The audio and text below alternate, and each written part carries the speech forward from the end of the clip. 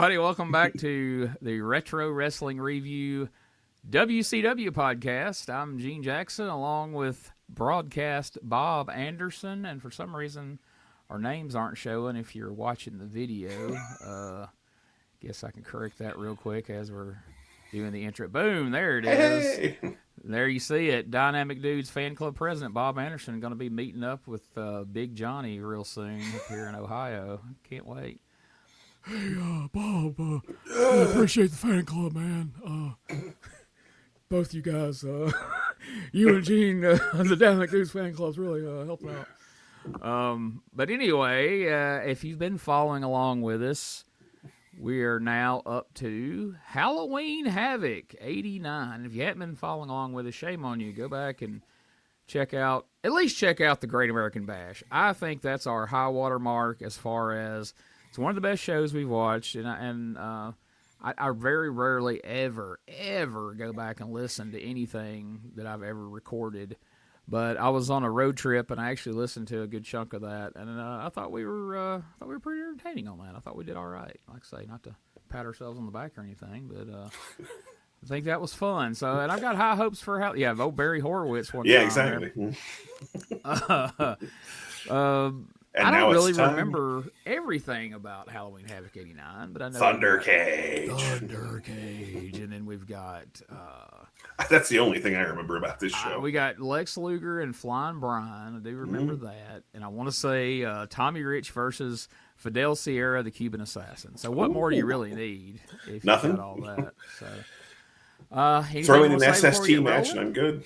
No, that's what I was. If we caught me talking when we were coming on the air, that's what I was about to say. Is I don't remember anything about this show other than Thunder Cage. So I'm kind of excited to see what pops up. Maybe we'll get another sweet Sid DDT. Hell yeah, because nobody saw that coming, and they're having to click that video just to see it to believe it. Philadelphia Civic Center in Philadelphia, Pennsylvania on October 28th, 1989. 7,300 people are said to be in attendance, and it was said to have a buy rate of 175,000 pay-per-views. So, sounds like a lot. Like I say, I don't keep up with what great numbers are in pay-per-view, but it seems impressive to me. Yeah, never been a numbers guy, so we get 175,000 views on this one. I'll be happy. So, hell yeah, we won't be getting $19.95 a pop or whatever they were getting back then. So. God, I miss those days. Yes. So here we go. Halloween Havoc.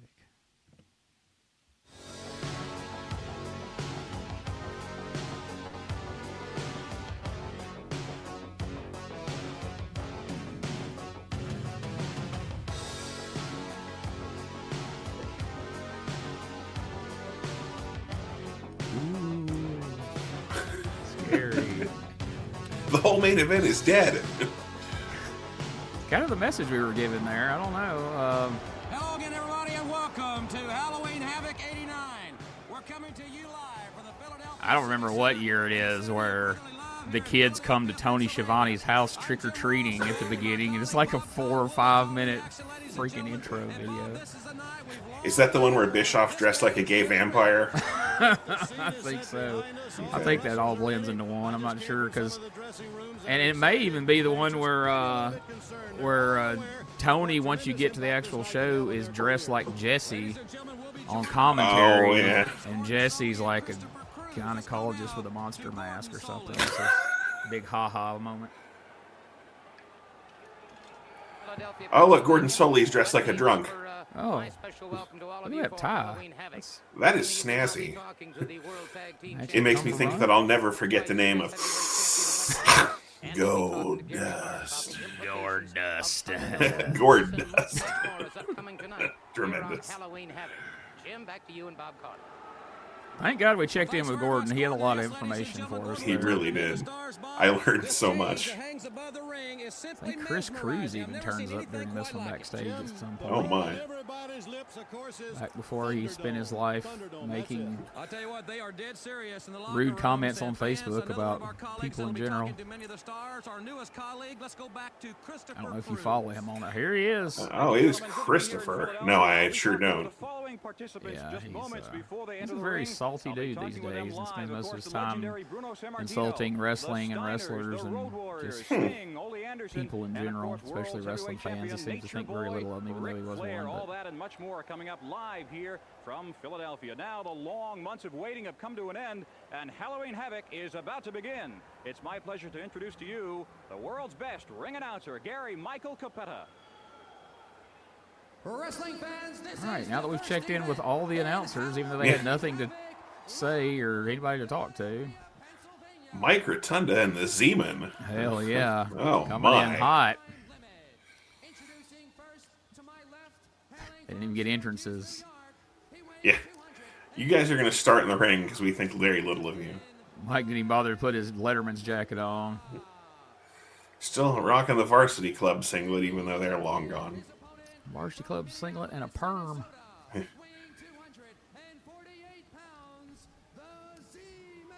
Z-Man got his jacket on looking like the third young stallion.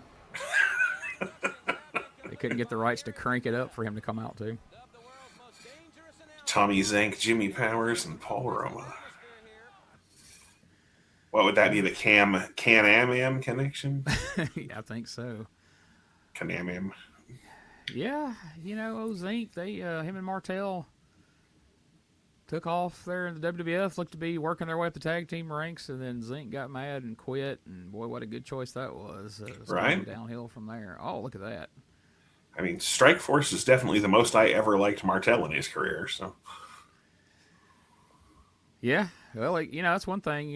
It kind of screwed Zink, but it pulled Tito out of Spanish commentary duty, and got him a World Tag Team title when it looked like he was pretty much settled into the mid-card for life. All right, we're going to start slow and taper off from there. Oh, yeah, this is it's going to be some good mat wrestling here. Good old scientific wrestling, which is what really gets a crowd fired up, is some good side headlocks, waist lock takedowns. And I bet Zank will at least hit a half dozen drop kicks. Yeah, a couple of them will probably look almost decent. Almost. He'll catch him with 1 foot. All right, we're pulling the hair early. Good to see. Yeah, this is really the way to fire up a pay-per-view crowd right off the bat. I mean, there was probably a dark match involving George South or the Ding Dongs. Randy Colley and whatever, they alternated between having to be the Moondog and Dr. X and the Shadow, and they pretty much had him clean out his closet when he came to WCW. Like, what gimmick can we do? Well, bring them all. You might do all 4 of them in a night on some of these house shows that don't draw and nobody shows up for. Maybe Jack Victory was in that opener. You never know. Yeah. Randy Colley going for that Jack Victory spot. I can do 4 gimmicks a night. I'm not. Well, that's funny because you're going to work Jack Victory 4 times. You and Jack Victory have 4 different matches with 4 different characters. It'll be great. And it'll be the least expensive card we've ever put on. And if you repeat a single spot, we're firing both of you. Goddamn right. Look at Rotunda. Had to go to the floor and slow it down. It was getting a little out of hand there. Yeah. They almost reversed a headlock, so.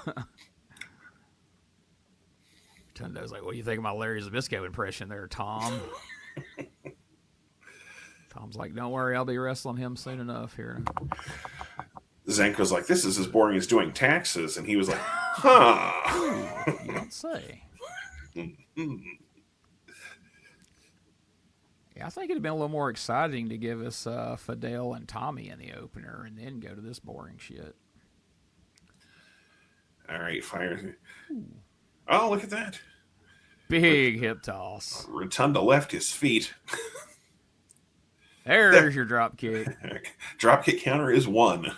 All right. Now I'm connected with both feet for your information, Gene. Rotunda looks rattled. He wouldn't expect that. I didn't think he's gonna hit a drop kick this soon. God. Especially with both feet. Both feet hit me right in the old VC on my singlet there. Oh, is he pulling are we going to pull a foreign object out? Is Mike Rotunda going to do the Memphis foreign object bit here? Or was he just adjusting his knee pad, literally adjusting his knee pad? I hope he was getting a foreign object out. So I was going to say, that would make this match far more entertaining if he was playing hide the foreign object. Nick Patrick's got to search him. Very thoroughly. Yes. No, it's not in my crotch, Nick. You've checked it 3 times. Hiding something down there. I am the NWO referee. You're going to have to listen to me. Oh, got him low with the knee there. Classic heel stuff here from Mike. Oh, yep, see? Thumb the eye. It is heavily taped. You never know what's in there.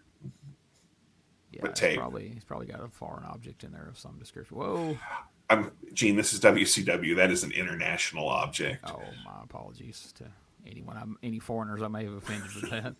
Look at these freaks out in the crowd. Would they just come from murdering someone in a cabin in the woods? Or I was trying to think of the name of that Tom Cruise and Nicole Kidman movie. Oh, yeah. I can't think of it. Oh, yeah, damn it now. I thought of The Strangers first, but the hell was the name of that film? Shit, I can't think of it. The joke would have landed a lot better if I'd have known the name of the movie. Yeah, you got it nonetheless, and the people listening are like, what the fuck? He watches Nicole Kidman movies. He's gay.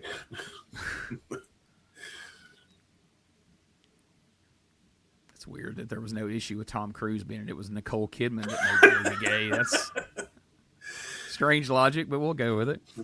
Shut up, Gene. I mean, I don't think you can watch a Mike Rotundo with a perm wrestling Tom Zink match and infer that someone else is gay. Was that Eyes Wide Shut? There it is. All right. I know you went to IMDb and cheated, but I'll take it. I used Wikipedia, but that's okay. God damn it, Rotundo. Do something. I dare you. I hope folks mostly watch this either on video or if they're listening, they at least turn the match on because we don't really describe anything that's happening most of the time. But I mean, yeah, we could do blow by blow. That's blow by blow. And it certainly blows. Hey now.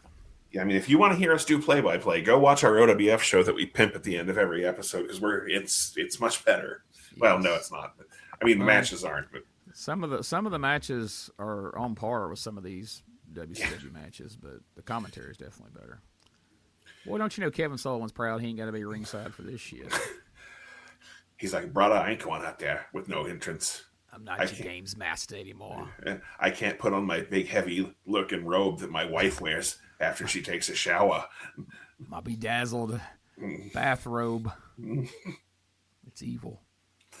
It is. That's how you know it's evil. I once wore it in the ocean when I was with with woman and what the hell was that one guy's gimmick? Purple Haze. There you go. Purple Haze, Mark Lewin. Oh yeah, Mark. He was like 65 when we did that gimmick. But eventually they shaved half of Bob Roop's head and some Maha Singh.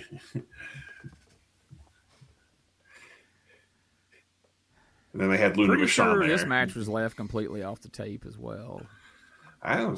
Probably should have been left completely off the card. But I agree, but I meant to start looking at the tape lineup to see what all we're having to sit through that would have been left off the VHS version. But I forgot. I'm glad we're working this dreaded head scissors here. Very dangerous hold, Bob. It really is. You could definitely tweak it now. I mean, he's going to need to at least get a massage after this is over. Yeah, and Rotundo's going to have to straighten his knee pad again. He'll be all out of whack. Zink may have to brush his hair.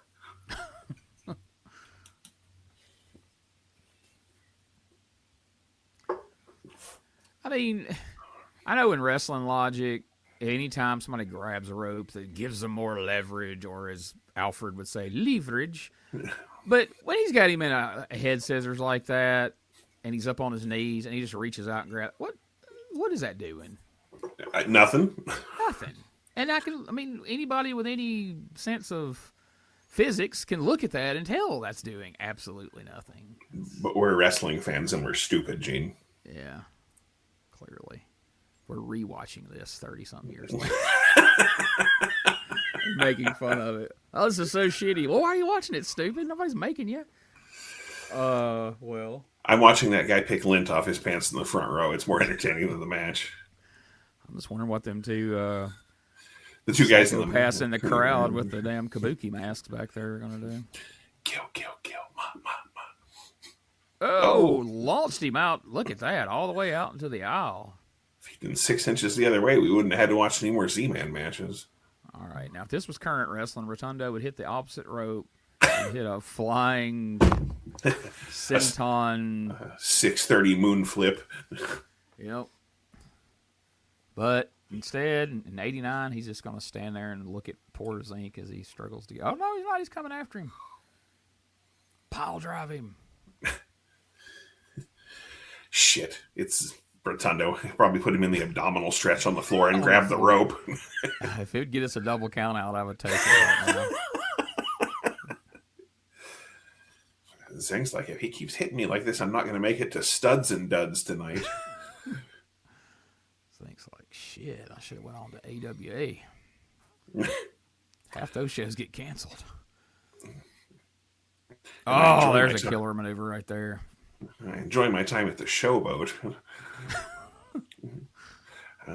Oh, you mean the dreaded drop down when his neck is on the rope? Hell yeah.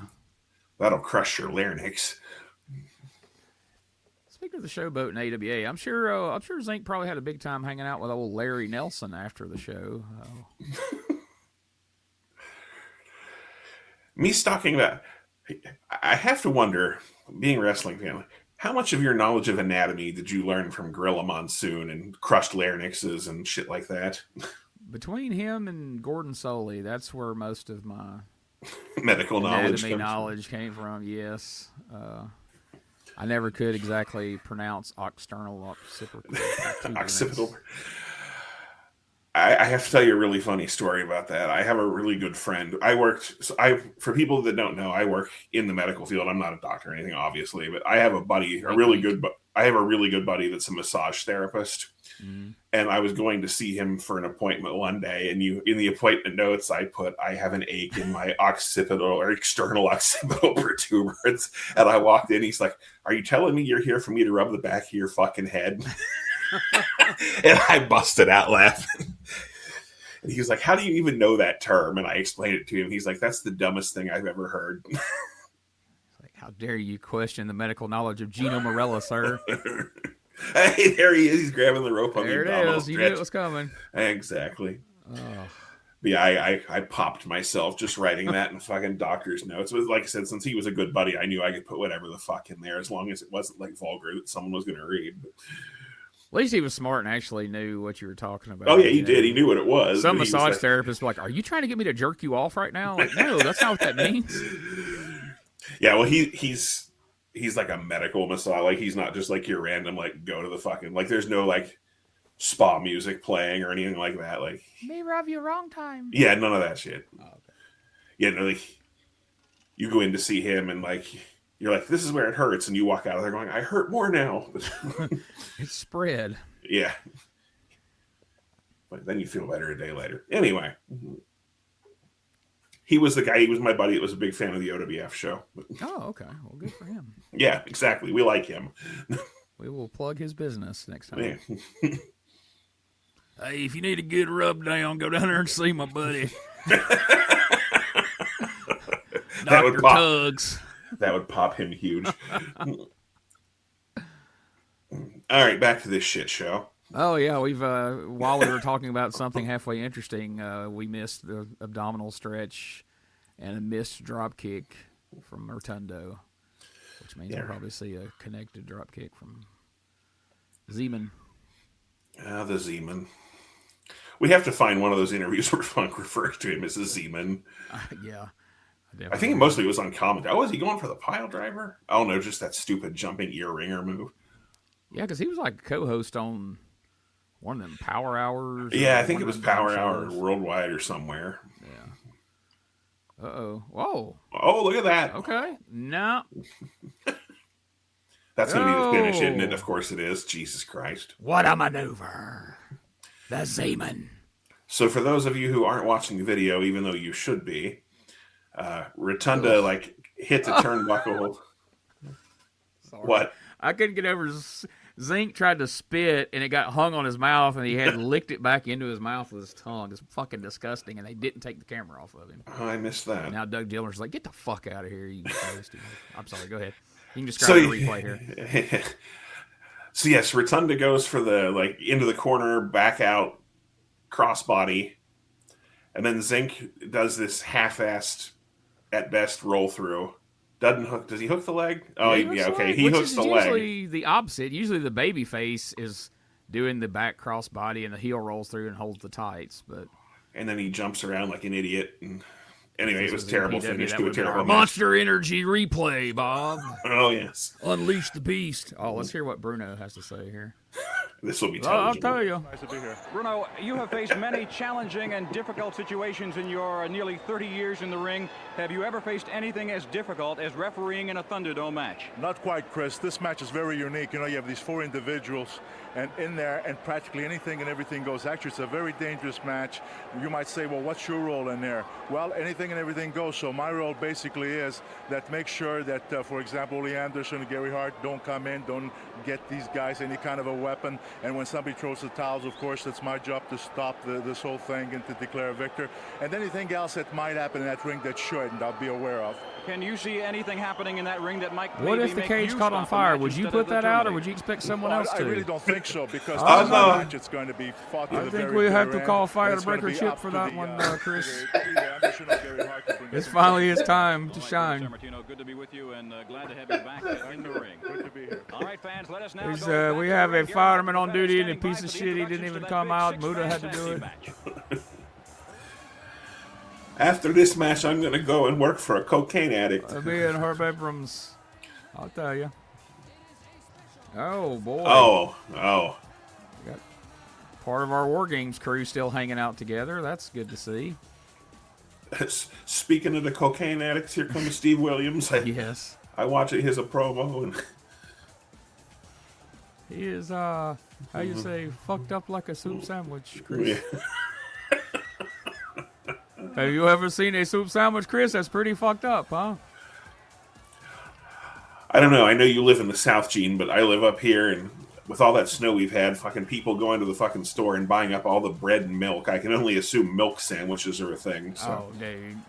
That same weekend, they, from Monday of that week until the weekend when it hit, no lie, we were going back and forth between, we could have anywhere from 6 inches to 6 feet of snow this weekend. There was no bread or milk here within 100 miles. They stocked up on all that shit, and we didn't get a speck of anything. I mean, nothing. We had just a shade of black ice on the roads. That was it. Yeah, I'm like, what are you fucking people like eating milk sandwiches? How does that work? What are we gonna do with all that?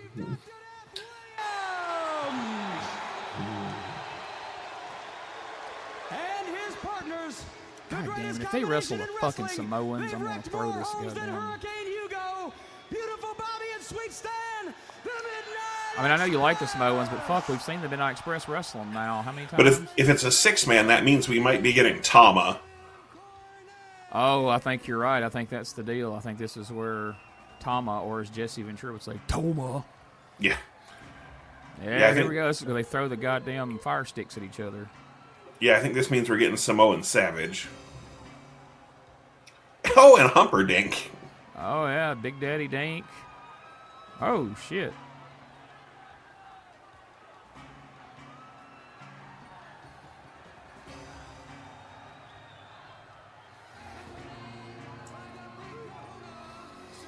Big Kahuna. The Big Kahuna. It looks like a kahuna.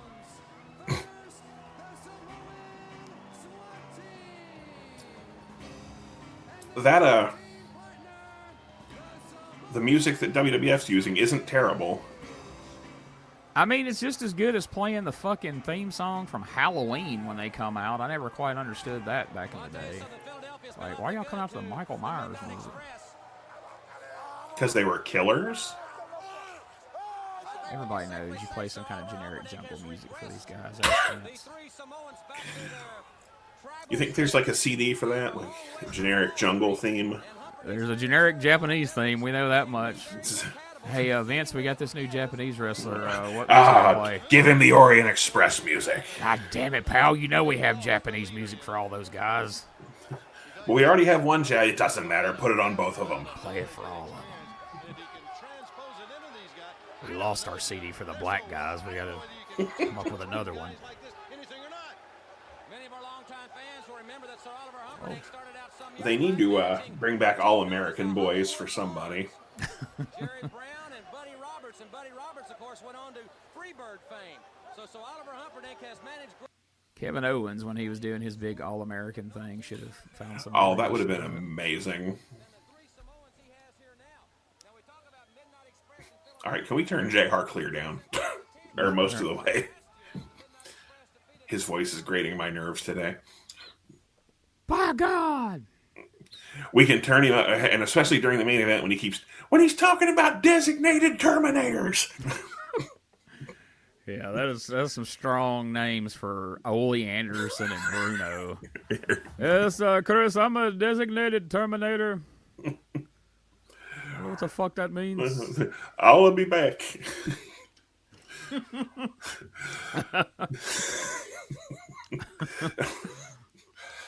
And then I looked at the broad and I was like, come with me if you want to live. Yeah. Well, there's a lot before this match is ever starting here of everybody shuffling around. Oh, look, Doc's doing his little dance on the apron. Oh, yay. His little I have to pee dance or whatever it is. Yeah, that's right. Let Tama in there first.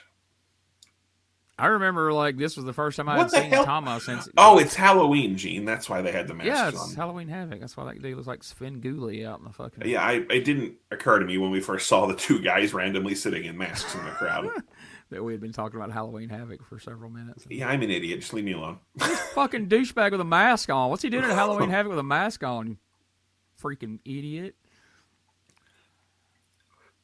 And nice Svengoolie reference. Yeah, that's what it looked like to me, actually. Berwin.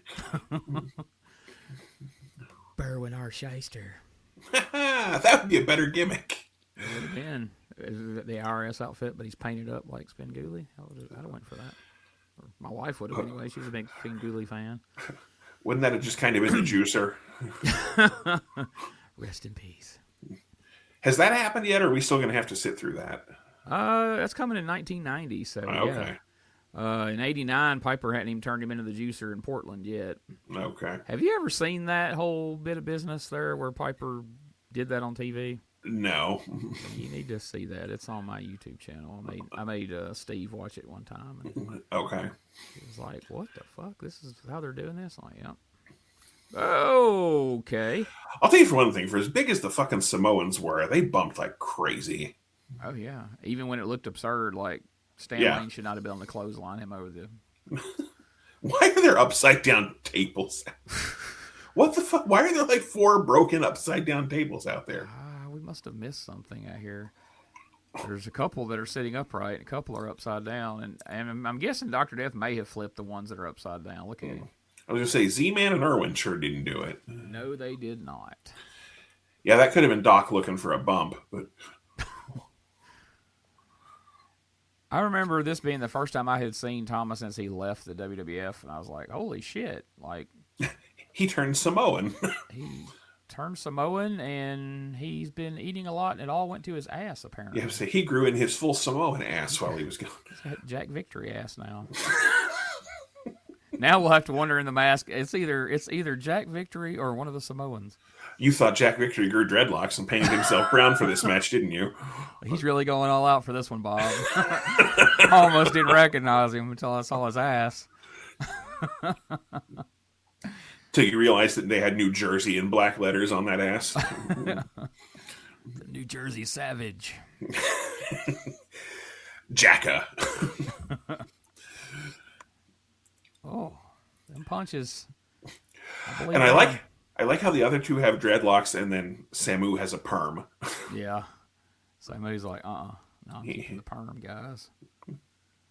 I did not know for years that Fatu and Tama were brothers. They're almost, I think are they twins? They're twins. They're just not identical twins, but yeah, they're twin brothers even. which is even stranger because I assumed Tama was older than Fatu because he got in the business several years. But then again, he started wrestling when he was, 17? Or something like that, something crazy. Because even when he was on WWF as the Tonga Kid, Vince was always like, he's 18 years old. Yeah. Well, that's what's crazy. I know you're not a fan, but I like to watch the Japanese girls, and goddamn, some of them start when they're 13. I'm like, that's fucking crazy. Well, it's you know who Manami Toyota is. I know you know her name. She started when she was 16 years old. Back then, back in the fucking 80s. I know that shit now where they start when they're 13 and people are like, okay, that's kind of...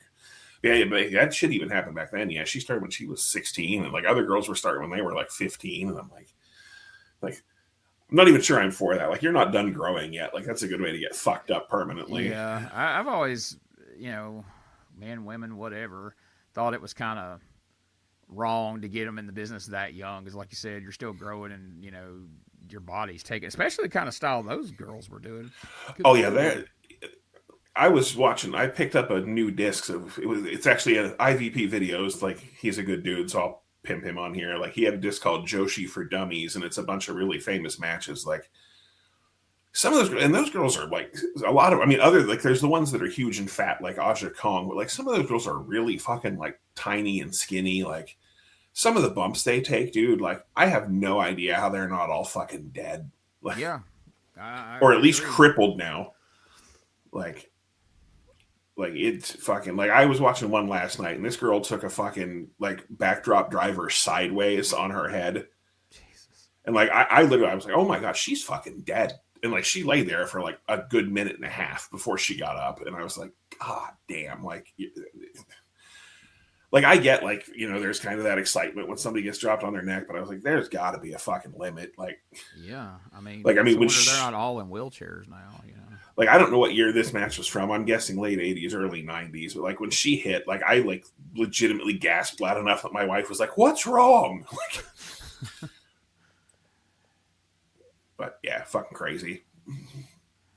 On the most recent Coliseum video cast I do with Ray Russell over on WrestleCopia, the tape that we had to review was Best of the WWF Volume 16 Around the World. And it is the weirdest tape of just these random matches that they threw together. They didn't even bother to put American commentary over them. How usually, you'd have Gorilla and Jesse or Johnny V and Craig DeGeorge. Somebody would do dub over commentary. Well, no, they just have the foreign commentary. They said it was a bonus to experience in all its foreign glory.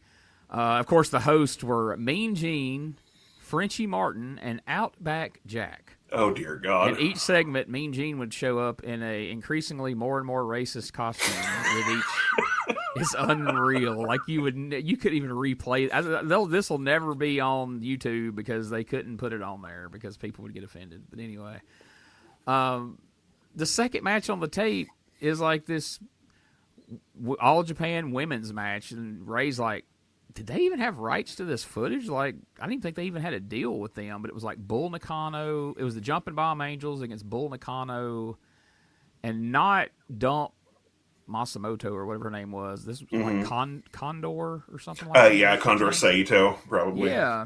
And, so this was this tape was made in late 87, so the match was probably from 86, maybe early 87, but I mean, they were doing shit in that match that was just 20 years ahead of its time, that you wouldn't see until the 2000s indies shows and stuff. Is just crazy. Oh yeah, that is the other thing about some of those Manami Toyota matches, fucking, she's doing shit like you said that you wouldn't see again till fucking the Luchadors hit Nitro.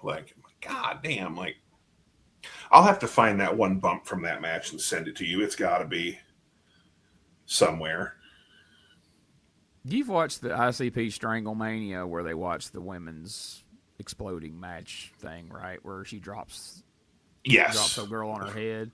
The titties that and the to me up till match. now was that to me was the most brutal looking bump I had ever seen a woman take in a match, and they replayed it 7 times. Look at this. Yeah, that to me that's that them calling that match is the high water mark of comedy commentary. Like when the big girl slams the little Japanese girl down like that sit down power bomb, and Paul J's like, "That's exactly how I do it, right on my living room floor, right there." And then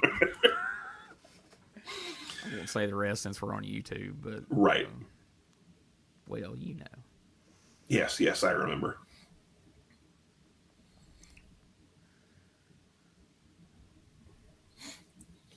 We'll have to review that sometime for Patreon exclusively. Definitely. Though, like I said, we'll just leave the commentary out and laugh at it. We'll just drop in a comment every here and there. And it'll be okay. Because people need to see it if they haven't. It's, oh my gosh. 100%. Like I say, I've tried to watch some of this new JCW, but like they're not on commentary. It's people trying to actually do somewhat as straight-laced commentary as you can over JCW matches. It's like, that's the whole gimmick, guys. Like, what are you doing? Yeah, no, their commentary made that, because those, and I'm not even a big, like, I'm no juggalo or anything, but their commentary was hysterical. Absolutely. I can't tell you how many times me and my little brother watched those JCW videos. I mean, we could quote them after a while. They were still funny. Oh, absolutely. We still, like, there are lines from it that my buddies and I absolutely use to this day. And what's funny is even, like, my wife has watched them enough with me, I can reference them, and she knows exactly what I'm talking about. That's why when we went to that one to All In, I guess it was, like, we met ICP strictly based off of our fandom of JCW and the Stranglemania tapes. We wanted to murder them by the time they finally showed up 2 hours late. And if you look at the picture, we're both flipping off the camera and pissed. And it's not like we're putting on for the camera. It's just to fucking kill those guys. That's another story for another day. Uh-oh, here we go. No. Tom ain't having that. I'm sorry, I can't call him the Samoan Savage. Oh, yeah, no, that's a terrible Why didn't they name. just give him a freaking name if he's going to mostly tag up with those guys?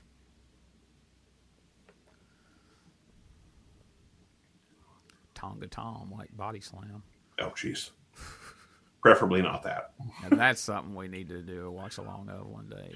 I don't know if I've ever watched the whole thing. Have you not? Oh, my God. Yeah, we definitely got to do that then. Shit, it used to come on Cinemax every other day when I was a kid. I can't tell how many times I watched that awful-ass movie. But... You've seen Grunt, the wrestling movie, haven't you? I think so. You at least got to watch the first 10 minutes of it.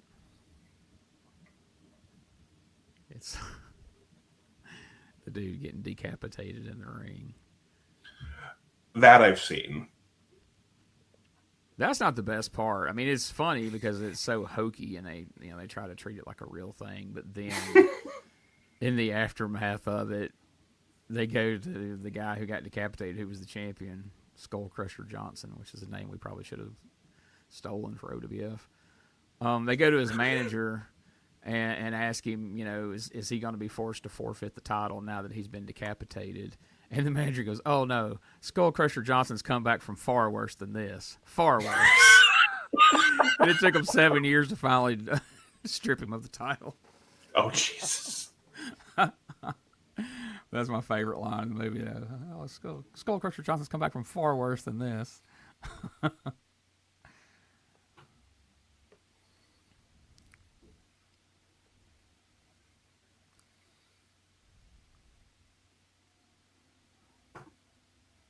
I don't know. It's a shame this Three Samoan thing didn't take off like the whole Freebird thing. Right. Especially since... Oh, go ahead. I was just going to say, because they did a couple of, like, six-man matches on pay-per-views like this, and then a couple of, like, squash six-man matches and stuff on TV. But for the most part, he ended up in just singles matches, and they were in tag matches, and they really didn't put them together much. But that whole who's it going to be type element would have been cool. And most of the fans probably couldn't tell them apart anyway. No. Other than the one who was was wearing black tights right now, it'd be a mystery to everybody. Humperdinck looks like he's cracked out. He usually did. Big Kahuna. So, of the eras of Oliver Humperdinck, are you more of a Sir Oliver Humperdinck wearing the coat of many colors he wore managing Bam Bam Bigelow, or Big Kahuna Humperdinck, or Big Daddy Dink, the roadie of the Freebirds alongside Diamond Dallas Page? I'm going to go with option D and none of the above. Oh, damn it. Need I remind you, not only did he manage Bam Bam Bigelow, he managed Babyface Mr. Wonderful Paul Orndorff as well. Oh, yeah. I guess I'll take him as the Samoans manager if I have to choose one of those. All right. Me and Ray was watching one of those tapes where he was on there and he was managing Bigelow, and I was just like, why the fuck? I mean, like, number one, I mean, why did Bam Bam really even need a babyface manager? Babyface manager are useless anyway. It's like, unless it's a woman.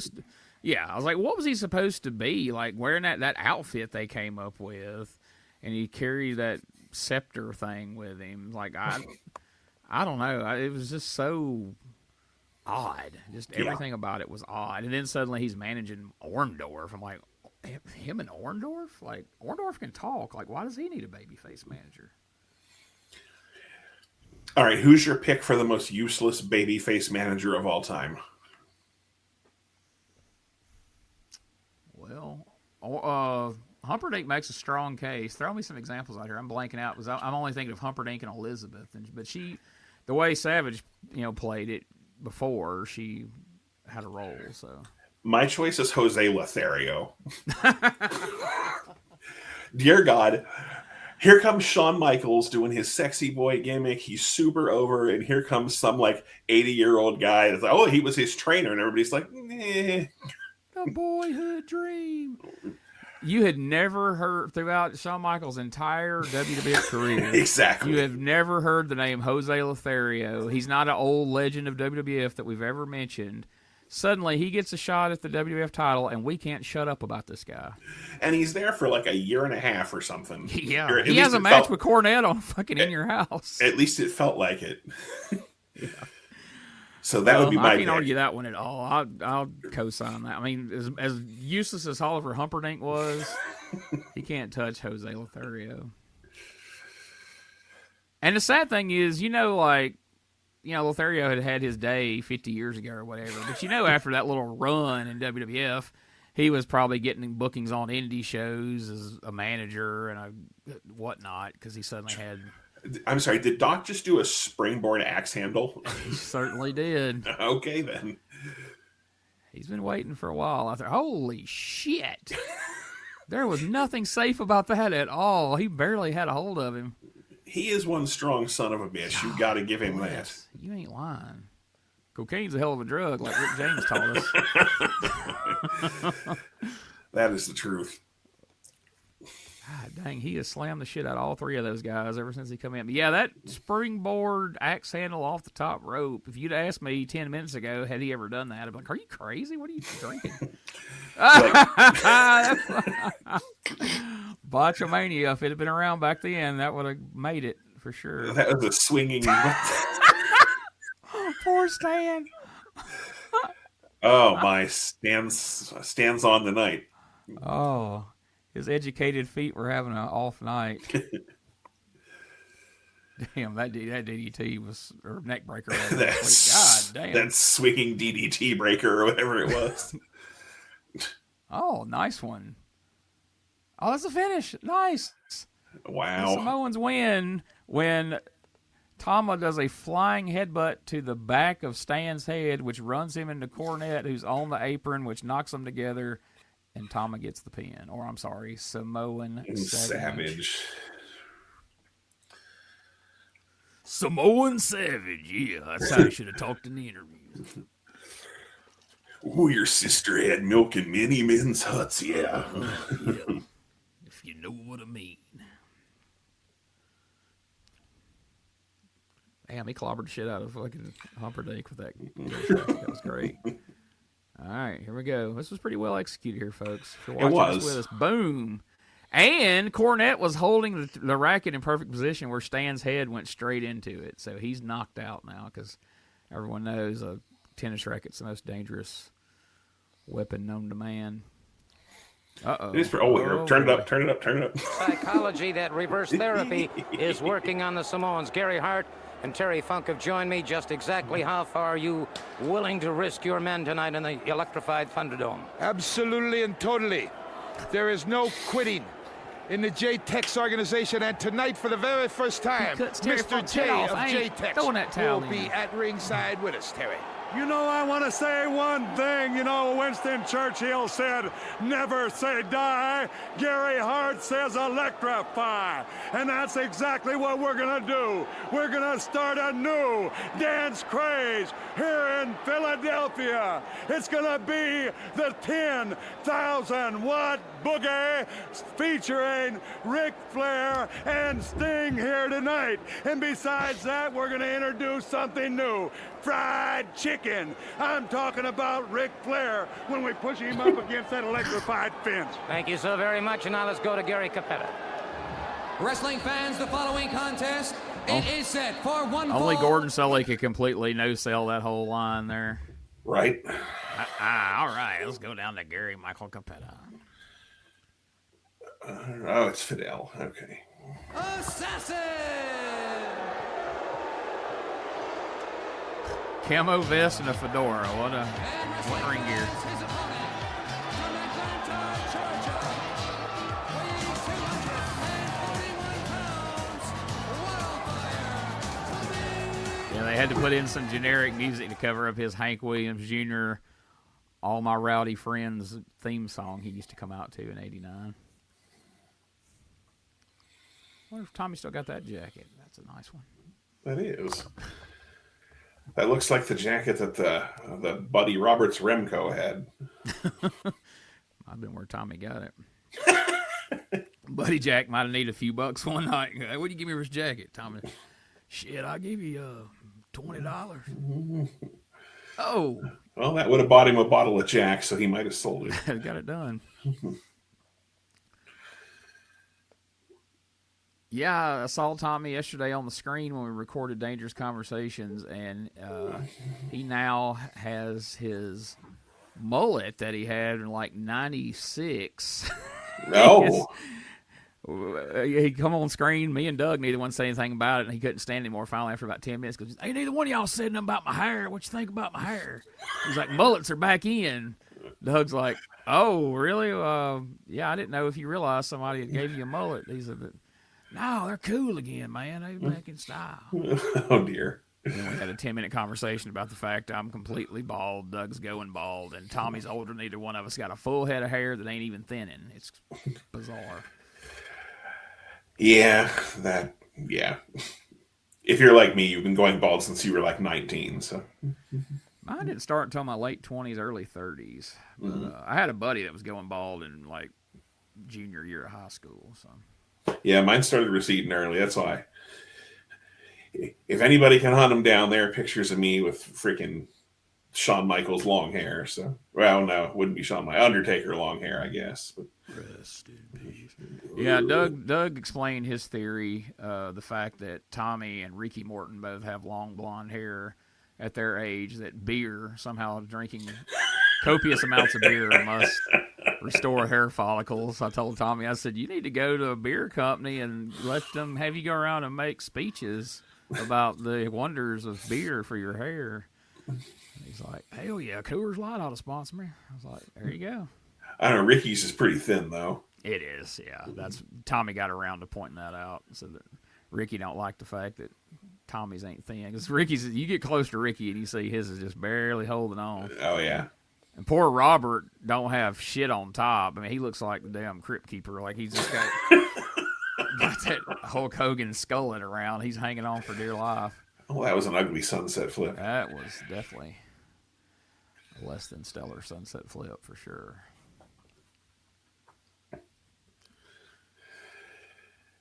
Fidel Sierra. Top Gun. Top Gun, Assassin, all the different mask gimmicks he did in Portland. Barrio Brother Fidel. Yes. I was always curious about he was an assassin that wore a mask with Olympic rings on the front of it in Portland. I didn't know what that was supposed to be about. And then down in Florida, he was the Saint at one point. A lot of different gimmicks. At least he had masks, though, unlike Brutus Beefcake. They had 40 gimmicks that was all just him. He had his fur face. Well, yeah, you can't forget fur face, that's for sure. The Mariner. Yes. I mean, he was a butchering Zodiac booty barber. So, of all those, what was the most tolerable? Oh, obviously the barber. It's striking out the barber. I'm saying of his WCW. And don't forget the disciple, the man with no name, the butcher. This man butchered a friendship.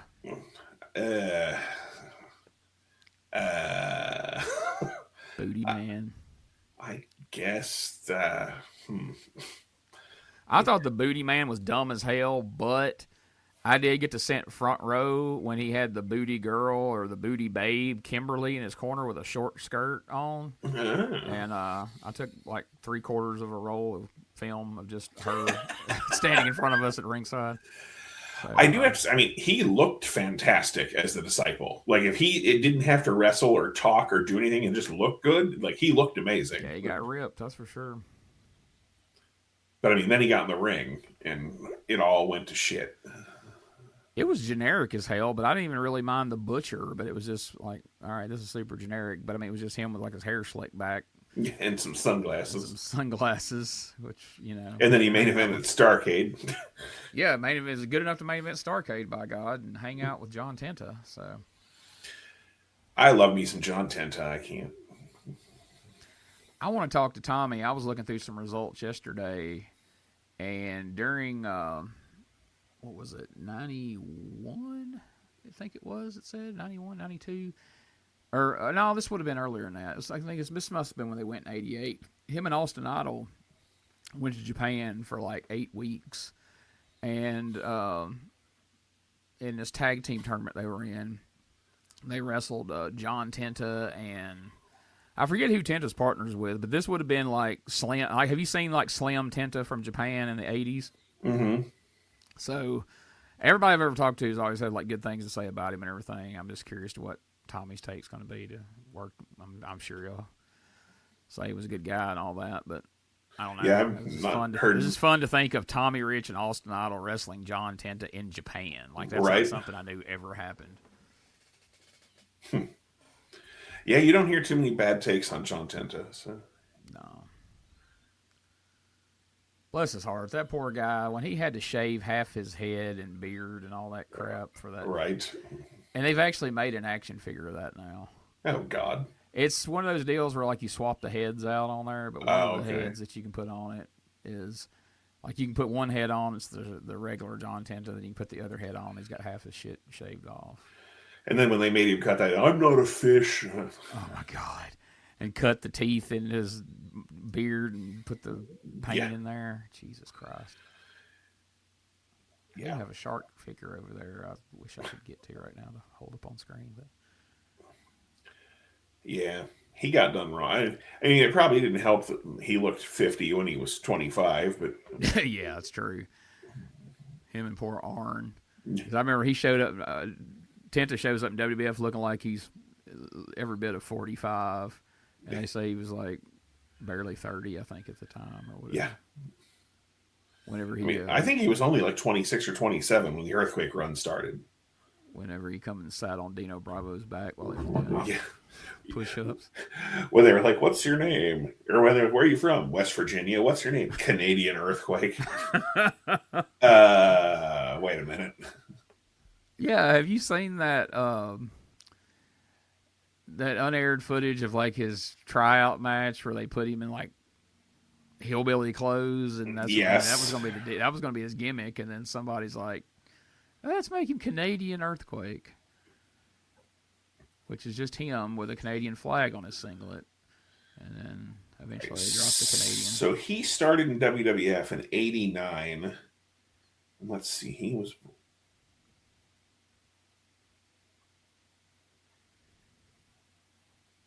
Shit, Yeah, that he was 26 when he started in WWF. That's crazy. He looked every bit of 45. Right?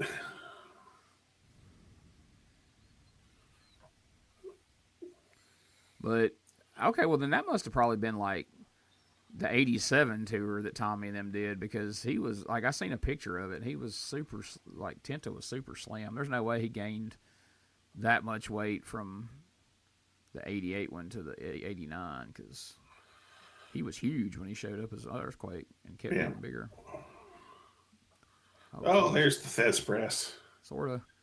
Which is a terrible, stupid move in the first place. But hey, Steve Austin stole it, so it must not have been that bad. It's pretty dumb. You say that to Lou Thez, he'll tear your arm off and shove it up your ass. What you think about that? Tough well, yeah, I wouldn't say it to Lou Thez. Who you think they named it after?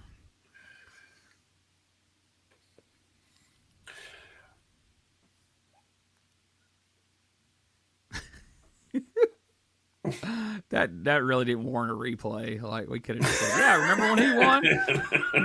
Let's go back to Gordon Soley. He's standing by with anybody. Oh, he is. No.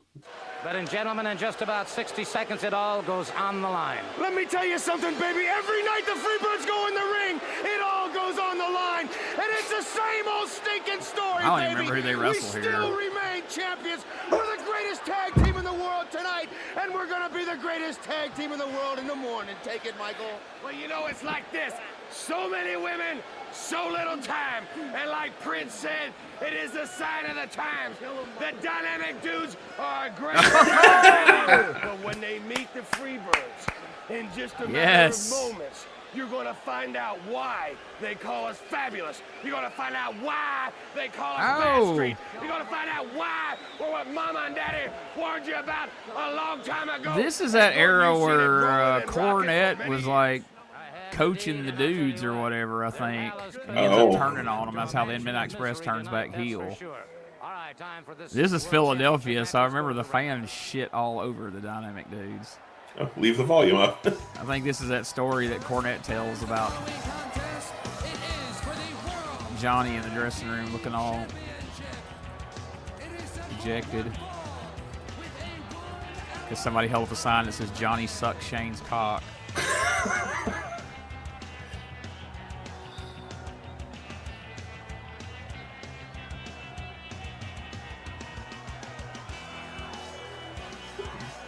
That music's horrible. It is. Bow. We need some generic music for the Dynamic Dudes. Oh, this'll work. Bow.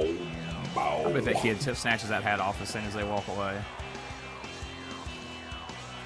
Bow, wow, wow.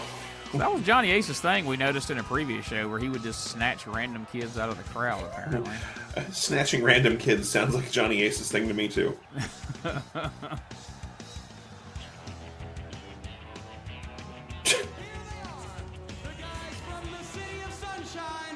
Please give them a warm, warm round of applause. They're Johnny and Shane, the Dynamic Dudes.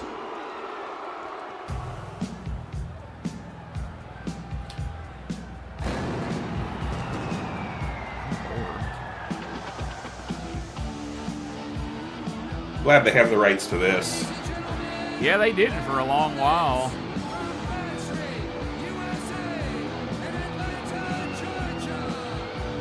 Hayes made sure to remedy that. Right.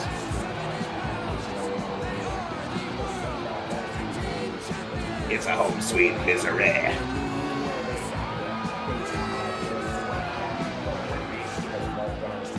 They ran the other way. Hayes is like 20 somas, and I'll sign this song over to Vince right now. You let us sing it for 15 minutes at the Hall of Fame, Daddy. Jesus Christ. What a The travesty that bad was. It was so bad it was good. It's funny because it's like somebody said, you know, nobody can get blown up worse than Jeff Jarrett and Road Dogg did singing With My Baby Tonight. And Hayes like, hold my fanny pack. Yeah, they were so blown up like 30 seconds in, I was dying. And you could just like I just had this picture of the whole like Hunter and all of them just with their head in their hands like Yes. I always picture, I don't know if you ever watched that show Eastbound and Down, that Kenny Powers show, but like, you know, he used to be a baseball player, and he always has these delusions of grandeur, and like he's working as a substitute school teacher, and in his head they show he comes into school and all the kids are like, oh my God, it's him, and they're all like freaking out, but then they switch to the reality and like he's just like strutting down the hall like Michael Hayes, and nobody's paying any attention to him. They're all just like side-eyeing and shit. I feel like that in their head at the Hall of Fame, they probably thought that was the greatest shit that's ever happened anywhere. They have no idea that most people are like, oh my God, this is so sad. Please make it stop. Go to commercial. And I felt kind of bad like for Jimmy Garvin, because Michael Hayes is like, this is what we're doing, Jimmy. And Jimmy was like, I don't know, Michael. He's like, we're doing it, baby. It's gonna be so great. Jimmy's like, I don't know, man. My head is like 5 sizes bigger than it was back then. Like, I literally look like a pumpkin head now.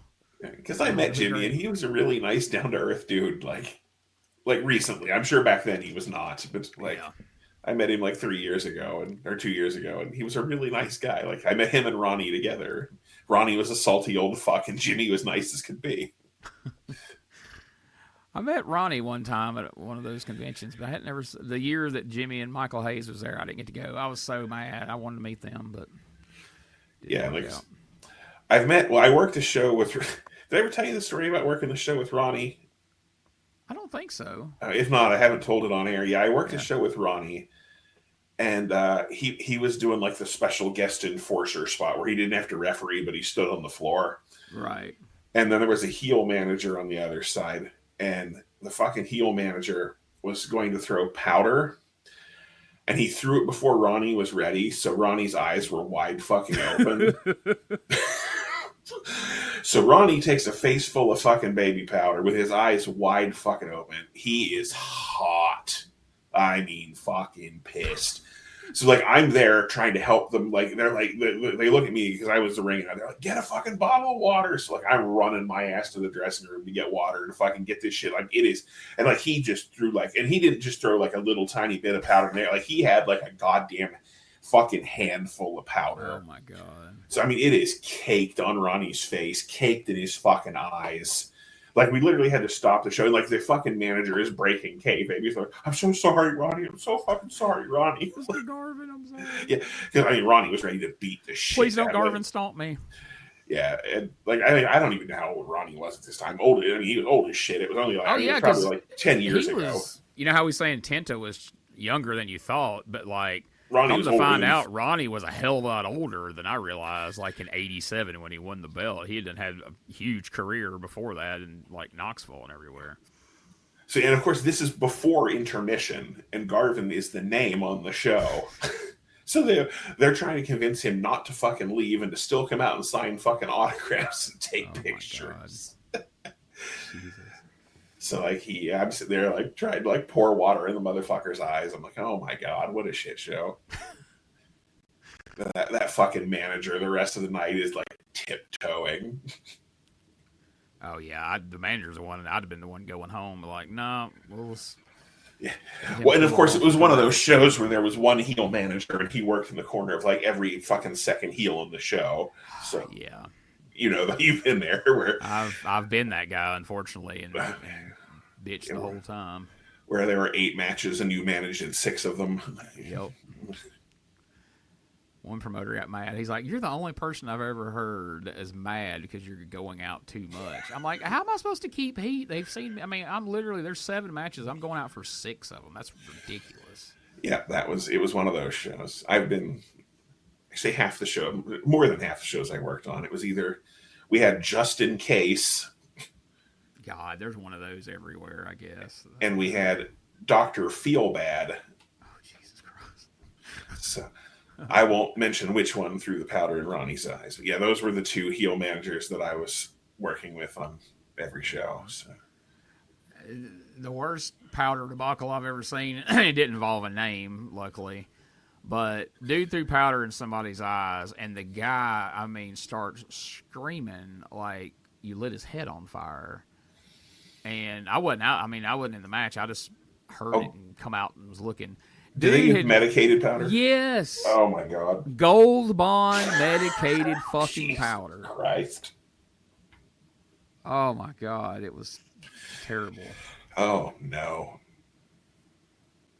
Yeah, the guy's like, "What kind of powder did you use? Like powder?" I was like, "Get it out of your bag." And here he comes. It says Gold Bond medicated powder for athlete's foot. Like, Jesus Christ, you threw that in a guy's eyes.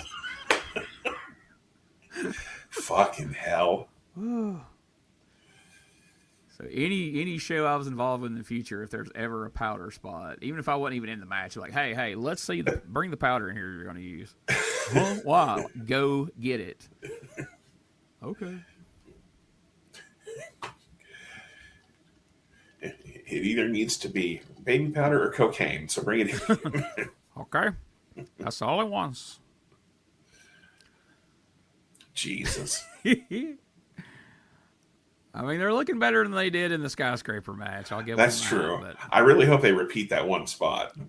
Yeah, do that cool spot y'all did. Where you went for the same crossbody that Rotundo hit perfect earlier, but you landed on your freaking head.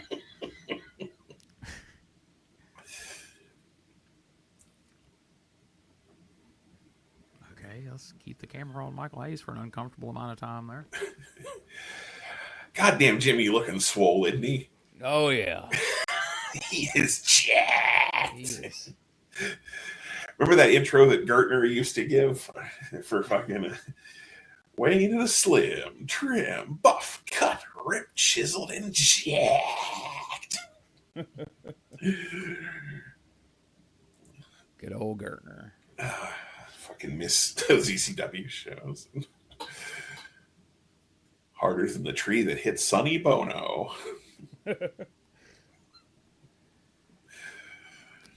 Yeah, me and a couple of my buddies that first discovered ECW together, that was like our favorite thing, was to quote the Gertner intros. And I was so excited when I finally met him. He randomly showed up with Tracy Smothers at a show in Sheffield, Alabama. Like, he wasn't even booked on it. He just showed up, and it was after he had lost all that weight. I barely recognized him. Like, who's that coming to the ring with Tracy? And then once I seen he still had the neck brace on and everything, even though he lost all that weight. And he grabbed the mic and goes, well. Like, holy shit, Gertner's in Sheffield, Alabama. This is amazing. So I went over and talked to him like after the match, and he was cool as hell. I talked to him for like 15, 20 minutes. I hear he's a really nice dude. Oh, yeah. I've talked to him a few times since then, but that night, I was like, dude, what are you doing in Alabama? He's like, I'm asking myself the same thing. He's like, no, dude. He's like, Tracy was coming down here and asked if I was booked this weekend. I told him no, and he said, you want to take a ride to Alabama? And he's like, yeah, I've never been there. Why the hell not? And he's like, you think I can get on the show? And he's like, yeah, you're on TV, dude. They'll put you on the show. He's like, but I was told by 3 different people before we come to that dressing room door, do not say anything dirty in your intro. And he's like, the promoter told me, and then the booker told me, and then one other guy who I don't even know who the hell he was told me. He's like, and then when me and Tracy were standing at the door, he's like, you think I should say something dirty in the promo? Tracy goes, no, damn it. He's like, I come down here a couple times a month. That's funny. I forget what all he said about Tracy. He got some lines in about him being wild-eyed, and I forget what else he said, but it was pretty good. But he followed the rules. He kept it clean. I used to know all of them I remember the ladies call me Fred Flintstone because I make their bedrock was one of my favorites. And then when they were down in Orlando, he did a whole thing about fucking Minnie Mouse that was hysterical, but I can't remember all of it. I remember when he came back and did one of those TNA ones, one of those extreme, they do those pay-per-views every now and again. I forget what they called them, hardcore or yes, something another. But it was whenever, oh shit, what's that singer's name? Who's that singer had that song called Poker Face? Lady Gaga? Lady Gaga. I guess she had made some kind of announcement like she was like cleaning up her act or whatever, because Gertner gets out there and he's like, Lady Gaga's gone clean. What a big disgrace. But I guess if I can't stuff her muff, I'll have to poke her face. And everybody lost their shit. That was one of my favorites from the original one. When he was like, "It is me, the quintessential muff stuffer. Oops, I mean stud muffin." And then I remember Joel, "Put your lipstick on my dipstick, Gertner." I used to have a long time ago, I had a page saved where somebody had like made just a list of all of them. I wish I'd have made it a PDF or something. I'm sure that website's long gone. But. Probably. That was quite the combination they had there when he was managing the Dudley Boys. And those were all hysterical. He would go out and say all his funny shit, and then Bubba would get all his nuclear heat and end up fighting somebody. My all-time favorite piece of commentary comes from one of those. I think it was one of the pay-per-views. They were in Cleveland, and Bubba was doing his thing. And as much as I don't like Bubba now, Bubba looks at a guy in the crowd. He's like, "You fat, bald motherfucker." And Don Callis on commentary goes, "How did he know that man's name?" And every time I hear it, I die laughing. And he says it just real quietly and like real subtly. And he's just like, "How did he know that man's name?" Oh, the weakest double high knee of all time by the dudes. Yeah, there's their big finish right there. Oh, and it didn't work out for him. Oh, the dudes lost. I'm disbanding the fan club, Gene. This has been the biggest pop you'll ever see the Freebirds get. And still, World Tag Team Champions, the fabulous Freebirds! Boy, just when it looked bleak for the world champions, Jim, outside of the ring, you saw what happened, and they were able to turn it around in just that quick moment. Well, they were going for their white. Well, we're so close to having the Dynamic Dudes as the World Tag Team Champions, but they couldn't hold it together. Maybe in another timeline, Gene. Maybe in another timeline. Back to to the Dudleys for a minute. I know Wolfie was telling me when we were getting stuff together for his book that they went to ECW, and then they just randomly put them on a pay-per-view with the Dudleys before they had gotten any TV. And said Bubba comes up to him all smug, and he's like, "Well, guys, there ain't no way they're supposed to be the baby faces, and the little bit of TV they'd done, they've been heels." And Bubba goes, "You're going to see what some real heat on the microphone is tonight. Don't worry, you'll be the baby faces." And Wolfie said Jamie looked at Bubba, patted him on the belly, because I seen Bubba was still fat back then, patted him on the belly. He goes, "We'll see about that, motherfucker." He said, but Jamie went out there and had him ready to kill him within 10 seconds. I remember, my favorite line of that was Jamie was like, "I see white Dudleys, I see black Dudleys, I see big Dudleys, I see small Dudleys, and that tells me one thing. Mama Dudley was a hoe." That's one thing you ain't going to do. You're not going to outdo Jamie Dundee on the mic. He's something else. Hell no. Hell no. Or Rick Steiner here, for example. Oh, yeah, on the let's mic. see what kind of... If I get her chance, I'm going to take her and get it. All right, fans, back now to the ring live in Philadelphia. Oh, we missed it. Shucks. I wish we'd heard the part to get context of that, because all I heard was if I get a chance, someone give it to her. All right. If he's talking about who I think he's talking about, I don't blame him. I would too. Well, yeah, amen to that. All right, so you got the Steiner brothers. Obviously, no Welcome to the Jungle here. I don't know. It sounded like a pretty good ripoff of Wild Side, though. Yeah, at least it suits them, unlike that shit they gave Johnny and Shane. But then again, it was Johnny and Shane. Yeah, they're like, "We need a good song for the dudes," and they were like, "Who cares?" Who gives a shit? Everybody's gonna fast forward through this anyway. Good call. So I guess they're wrestling Doom then. This would still be Mask's Doom, right? I would say, would this be Doom's debut? They debuted on a Clash, if I'm not mistaken, but Well, it wasn't the last Clash. Well, no, you're right. So this must be their debut then. Lord, she was hot.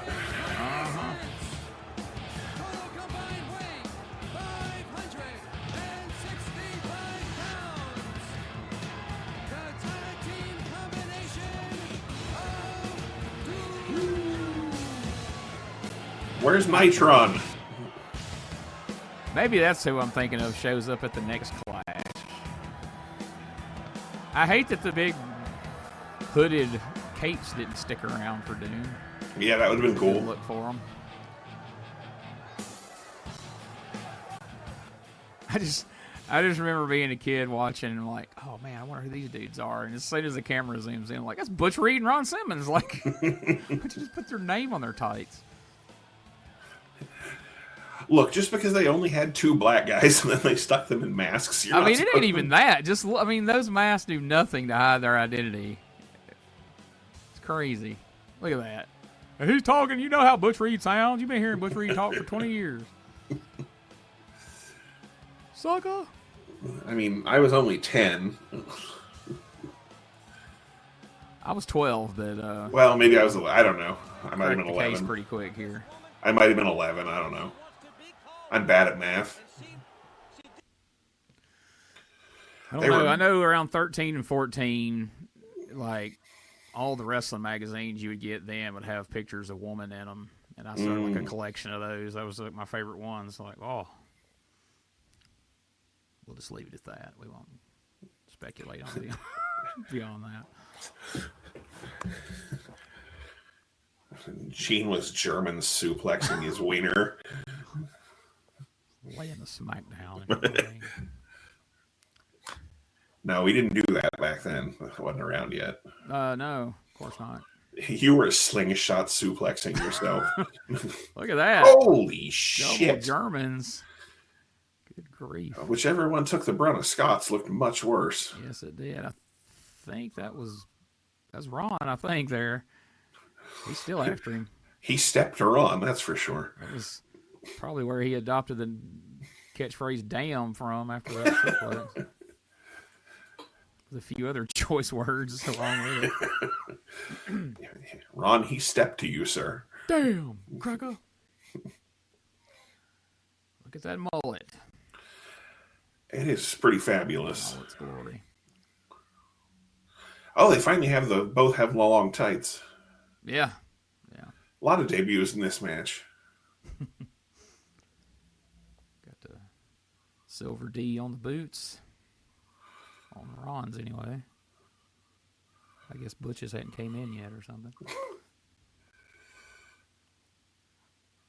Yeah, I was such a fan of the Steiner brothers by this point forward into the mid-90s. By the time they came back to WCW and Scott had gotten out of hand with the steroids and his hair was thinning and he had the weightlifting belt and all that, I was losing interest. But, man, in the 90s, and all those matches against the Japanese teams and all that.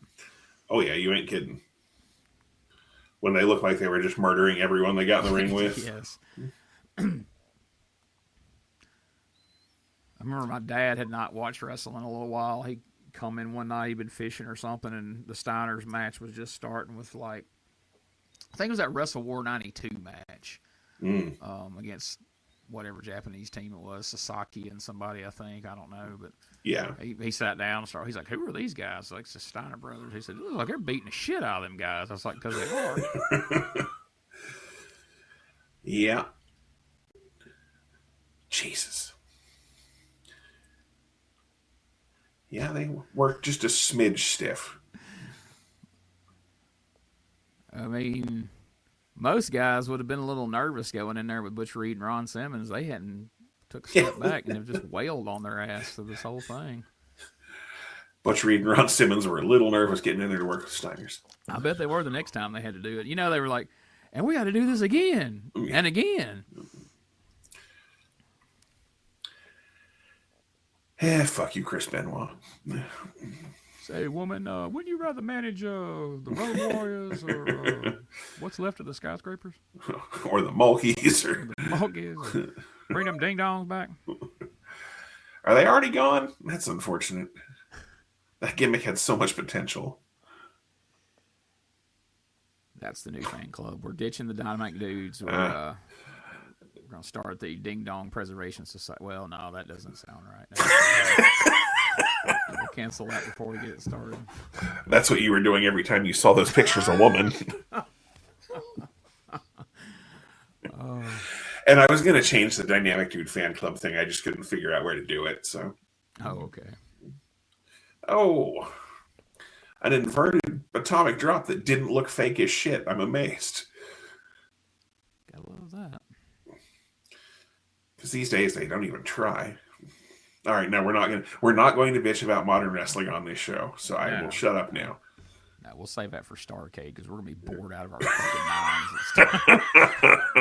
On Starrcade '89, Future Shock, or not Future Shock, but Night of the Iron Man.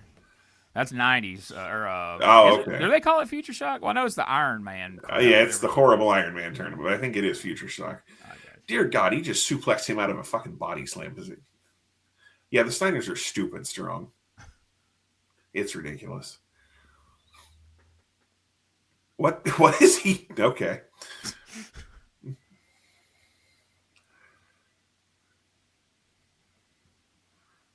Does Scott have lift on his boots? A little bit. Huh. All right. Ron's like, don't get the camera so close to my face and they'll know who I am. Number one, they'll know who I am. Number two, they're going to see me cussing this sumbitch because he's been beating the shit out of him. Oh, Bush. Stone Cold Stunner.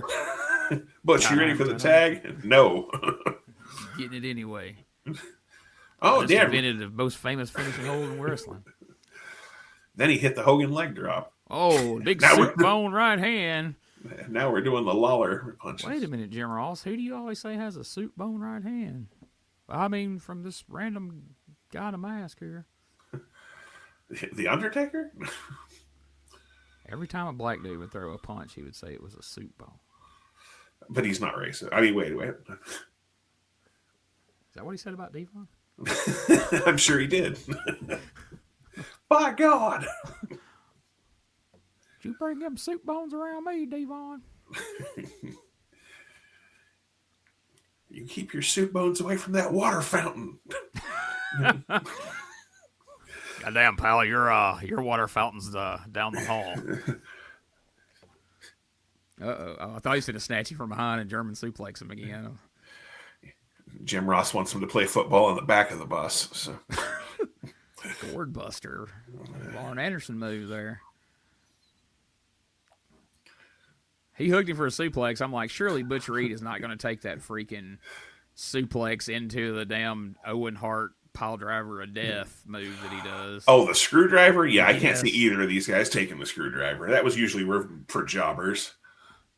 And random Japanese wrestlers that didn't know what was happening to him. There it is. Oh, dear right on his head. Jesus. Not just for you, Butch. Yeah, the screwdriver may be the nastiest looking move in the history of wrestling. It truly is, and it's really no way to do it completely safe. No, like people always want to point to that one move where the Japanese dude went for a power bomb and then dropped the guy on his head, but I'm like, I think the screwdriver looked worse. Yes, I mean there's some that you know, like, all right, he had his head supported, he's okay, but then there's a couple where it's just like, oh, my where God. He just free falls the dude onto their goddamn neck. Like, yeah, those. It's like, did that dude like say something that offended him? Did he? Yeah. Insult his mother? Like, why would you do that to someone? Did he insult his freaks? Like, and his peaks? Exactly. It's so funny to look at Scott Steiner here and to think of the psychopath that was on Monday Right. Nitro cutting like just completely out of control promos. Isn't it? It's like, where did we go wrong? You're like, okay, so this guy's a dumb jock meathead, but he's probably an okay dude. And then you're like, okay, then there's this guy.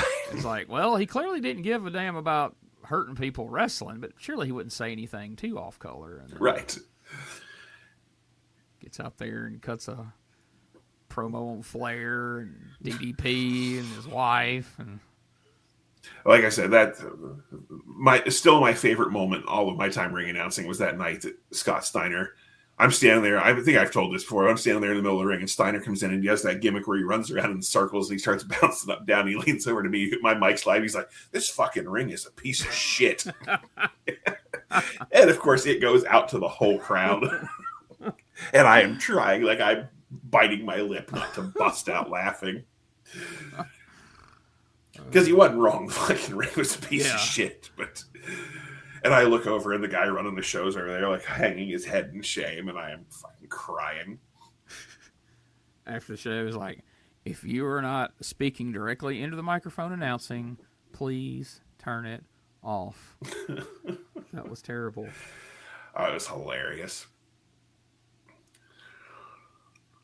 But, to me, that's always been, like, the wild thing about guys like that going and doing these random indie shows, because they have no idea what they're walking into. Right. They don't know what a bunch of marks and goofs is going to be in the dressing room or what kind of death trap the ring's going to be. It's just...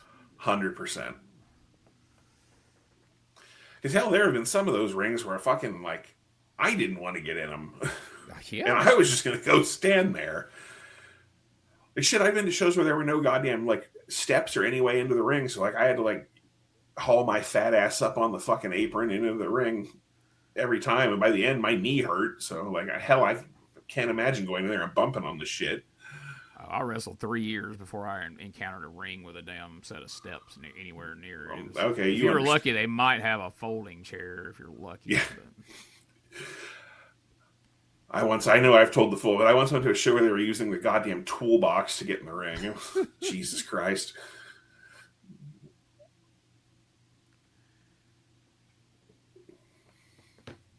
But yeah, the shit you see on some of these indie shows is amazing. And then you go to other ones and you're like, how do they afford, like, there's a group up in Pittsburgh called the IWC, International Wrestling Cartel. You've probably heard of them. They hold, like, the super indie tournament. Mm-hmm. And I'm like, how do you all make enough fucking money to have this production and set up? Like, yeah, I just don't. And, like, most of the time, they only bring in names a couple times a year. So it's just local guys. And I'm like, all right, you must have a really good money mark. Like, yeah, that's not me slandering them. Like, they put on a really good production, and most of the time their guys are at least competent. Yeah. But I'm just like, how the fuck do you afford to, like, I mean, like, the ring is nice. They have stairs. They have fucking nice guardrails. I mean, it's just folding chairs, of course, and some bleachers, but, like, and then they have, like, a screen, not like a Titantron or anything. They have, like the entranceway is, like, a blow-up screen, and, like they have, like, fucking videos for everybody, and I'm like, how the fuck? Like, I mean, yeah, usually in that case, somebody's got them an investor that is a big time wrestling fan that's got money they want to put in. And then, like, the building where I worked most of the shows was so bad that Cornette wouldn't get his gimmicks out of the car because he, quote, didn't want them to smell like piss and mildew. They'll say you're not wrong, but yeah. I mean, when Cornette doesn't want to sell gimmicks and make money, you know the building's pretty fucking bad. Mm-hmm. But yeah, because, like, I was like, you're not going to bring your stuff in? He's like, no, I don't want to smell like piss and mildew. I was like, yeah, I understand that. Get on the mic. I'll be selling gimmicks out of the trunk of my car in the parking lot after. I bought a T-shirt and a fucking book from him out of the trunk of his car. It was greatly appreciated. I guess it's going to be a slim night tonight. Thank you, sir. Yeah. That's how I got in touch with him. I fucking sent him a 35-disc Midnight Express compilation for a bunch of fucking other gimmicks. So, but I remember him making mention on I don't know if it was in a interview video or a podcast or what, him saying somebody sent him an awesome compilation set. I wonder if that was the one he was referring to. Probably. I've actually sent him a bunch of shit, but anyway, not trying to toot my own horn here. Toot. Yeah, toot. That's the Anderson last name. Well, I have to say, I'm pretty excited to be working a show with your relative Arn next month. That's going to be fun. You're working at Arn and Brock, right? Yeah. That's cool. No CW? No, they couldn't afford CW. They just had to get Arn and Brock. I look forward to asking Brock if he remembers the tweet I put out that his mom liked. I don't know if I'd ask him that. At least not in that verbiage. That time I tweeted your mother loved it.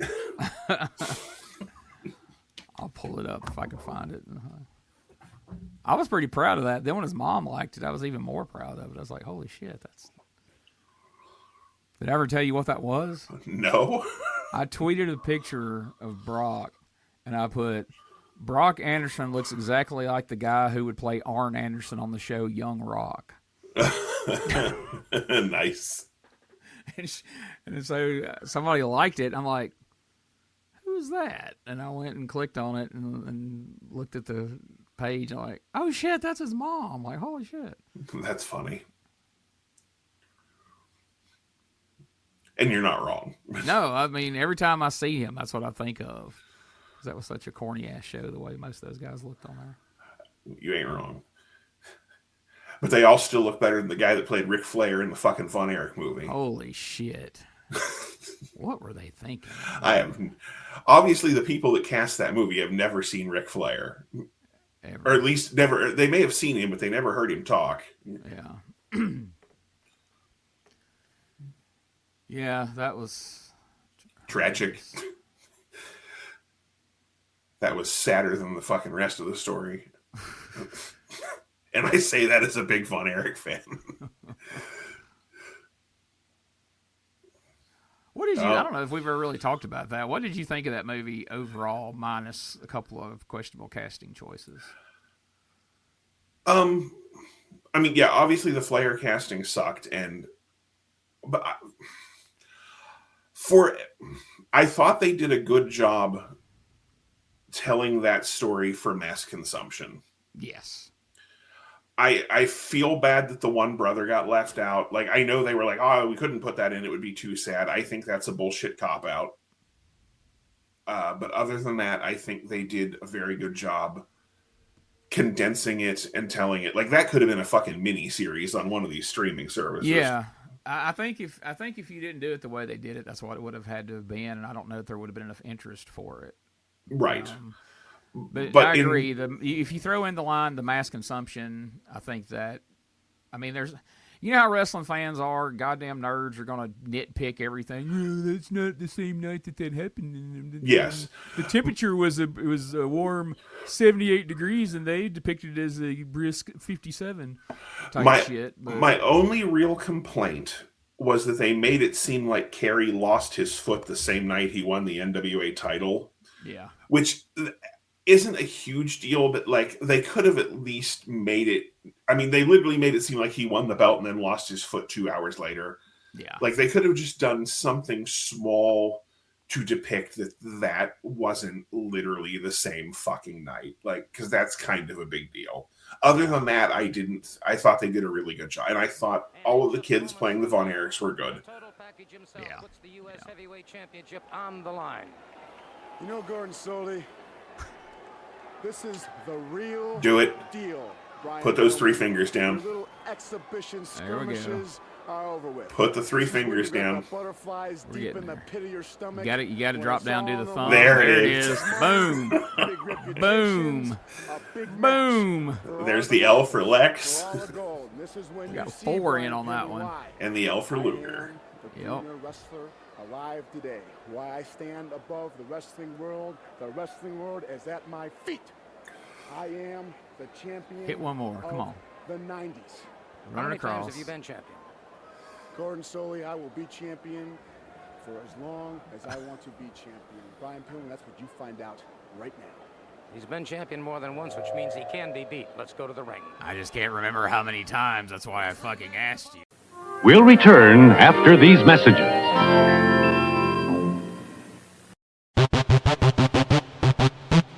Ladies and gentlemen, welcome to Give Me Back My Pro Wrestling, the podcast that's based on the old school but can still help you find the good stuff from today.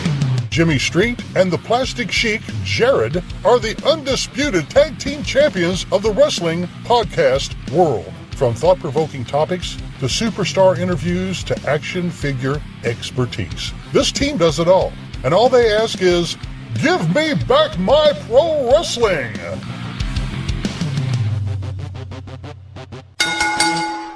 Every other Thursday, wherever you listen to podcasts. Hey guys, Ray Russell here. Lots of new stuff happening here at WrestleCopia. If you haven't checked out our website at WrestleCopia.com, it's a great way to keep up with the latest episodes of all of your favorite Copia programming, from the Wrestling Memory Grenade to regional wrestling with the Territory Talk, the Wrestling Stoop with the legendary Bob Roop, and of course all of those programs also available at your favorite podcast streaming platforms.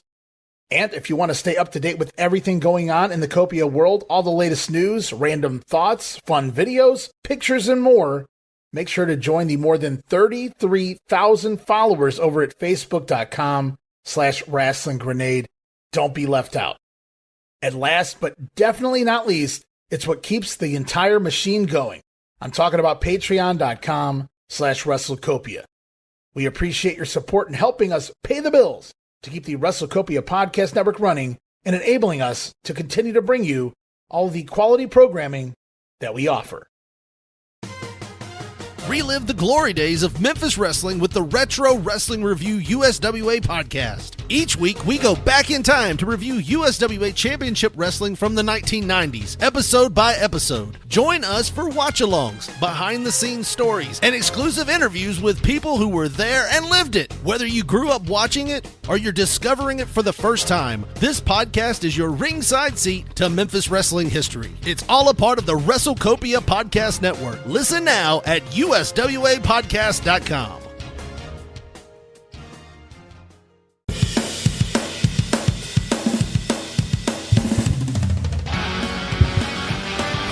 Tired of the same boring wrestling podcast? Need something with attitude, chaos, and maybe just a little cussing? That's STSpod.club, and we got it all covered. We've got wrestling weirdness with WTF News Desk, 5-minute time limit, and the Southern Fried Brain of me, BT, steering the whole ship. We also have rolling into Mempho every week about the current Memphis wrestling. Interviews, hot takes, and wrestling outrageousness so wild it might get you banned in 12 states. That's right, it's SDSpod.club, or search all podcast catchers for Shooting the Shiznit, where wrestling podcasts grow chest hair. Not sure what that meant. Love my mama. Making conversation. Lex doesn't like it when they asked him questions because the interview he memorized gets thrown off then. Yeah. The kid that played Kevin Von Erich did a good job, but he was a little thick to be Kevin. He was built more like Kerry, but he was. They almost could have switched those two, but yeah. But they wanted him for the lead because he was kind of famous. Yeah. I don't know. I got crossed with a few people that just absolutely shit on it just because they were picking it apart for all the minor factual errors. And I was like, it wasn't a goddamn documentary, dude. It was a movie. Like, watch fucking Man on the Moon. Like, Andy Kaufman's story was all mixed up in that, and they moved the timeline all around. But they hit all the high spots and told his story in 90 minutes. So there you go. Yeah, exactly. I mean, like I said, if you completely take out the Flair interview or redo it, and like I said, that was my only real bitch, was that they made it seem like Kerry lost his foot the same night he won the NWA title, which that's my only like wrestling nerd nitpick. Otherwise, I thought they vilified Fritz like they should have, and the guy that played Fritz did an excellent job. Yeah, he did. I thought the guy that played Harley Race was really good. Yeah, that's what's so funny to me is like, because if I'm in the chair of like, all right, I want to make this as friendly to the mass audience who aren't wrestling fans as I can. Well, your average wrestling fan or your average person on the street is more apt to have come across Ric Flair than they are a Harley Race. Exactly. So I would want my depiction of Ric Flair to be pretty spot on because he's in the news all the time. Harley, nobody's really going to pick that apart except the wrestling fans. But instead, we get a spot on Harley and a guy that looks like he's never seen or heard Ric Flair in his life. Right. That did not make any sense. And like the guy that played Brody was a little short. Who gives a shit? It's a movie for people that don't know wrestling. Like, you're trying to tell the Von Erich story. That was a background character that appeared for 15 fucking seconds. Like, yeah. But yeah, and like I said, I thought the guy that did David did a really good job. The guy that did fucking Mike was excellent. Yes. And the girl that was Kevin's wife, like I've seen her. She was in The Baby Driver. I don't know if you've ever seen that. Great flick, by the way, if you have not. Like she was really good. And the mother, the girl, the one that played the Von Erich mom, like she did a great job. Apparently that guy that did David's doing all kinds of stuff and winning awards and shit. Like really? Mm-hmm. I didn't know. Series and stuff. Huh. I'll have to.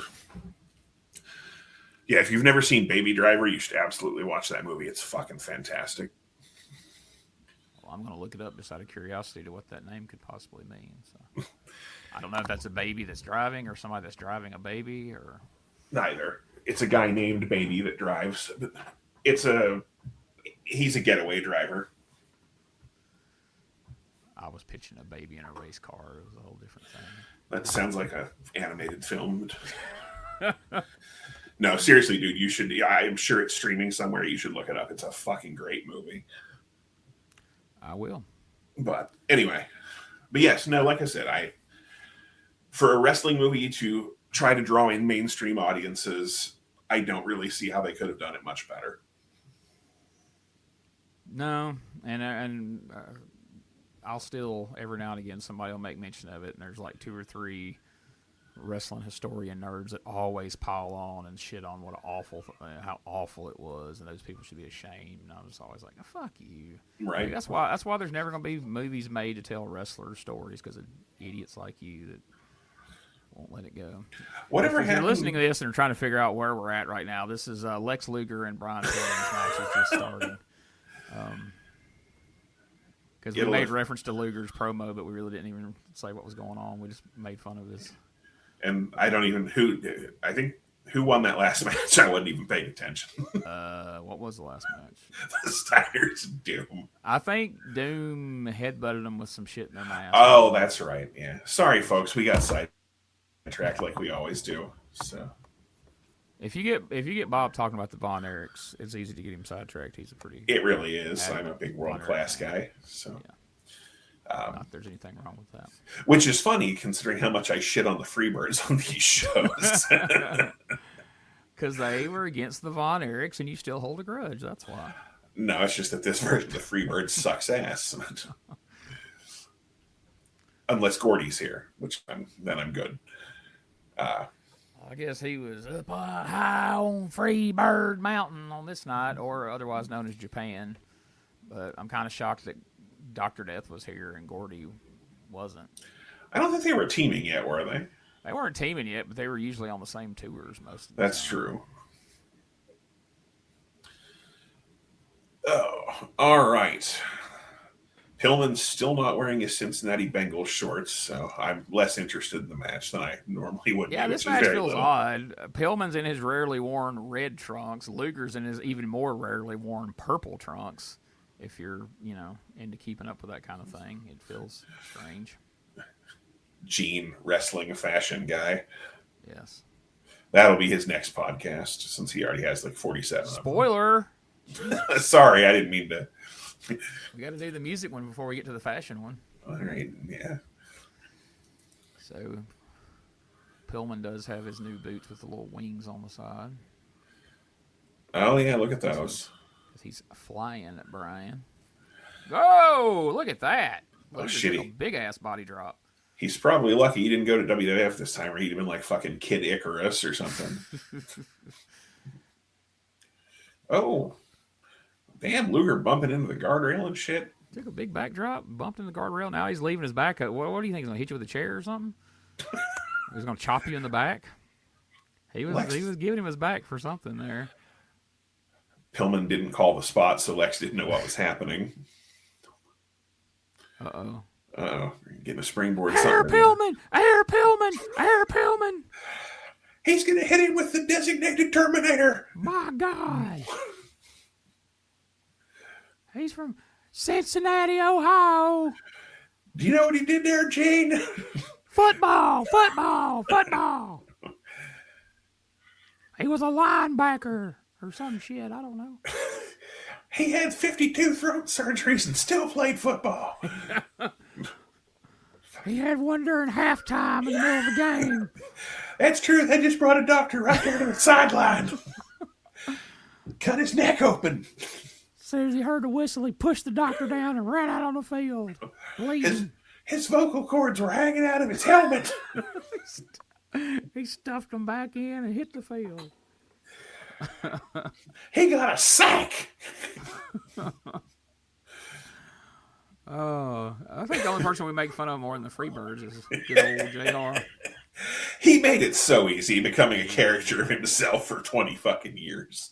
He really did. I was watching an old Mid-South the other night, and I was like, damn, you can already see him heading in that direction in, like, late 85 into 86. Like, not as bad as WWF, obviously, but I had just watched, like, a couple of, like, 83, 84 episodes previously, and you could tell he had turned the volume up by the next one, you know.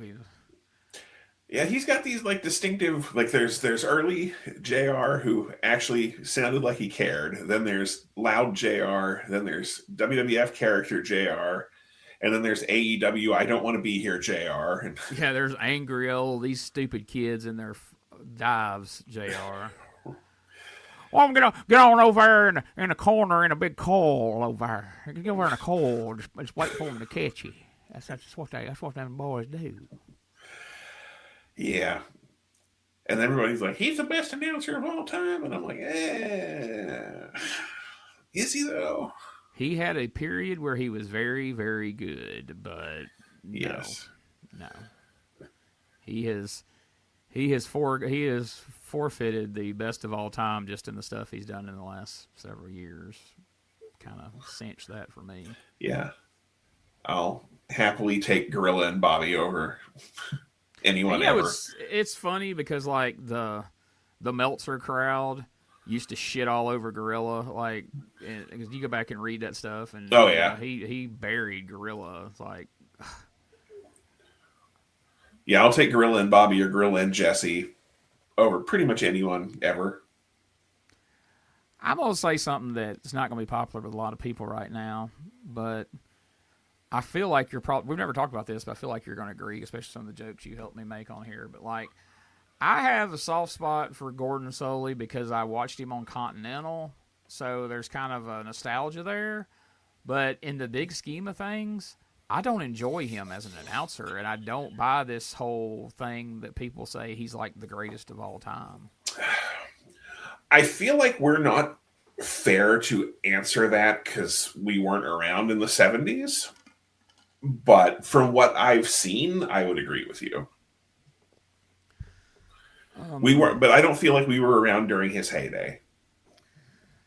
We weren't, but it was more of the same. I just don't like his style. I mean, I know he's the Walter Cronkite of wrestling or whatever, but that's the part I don't really like. I don't know.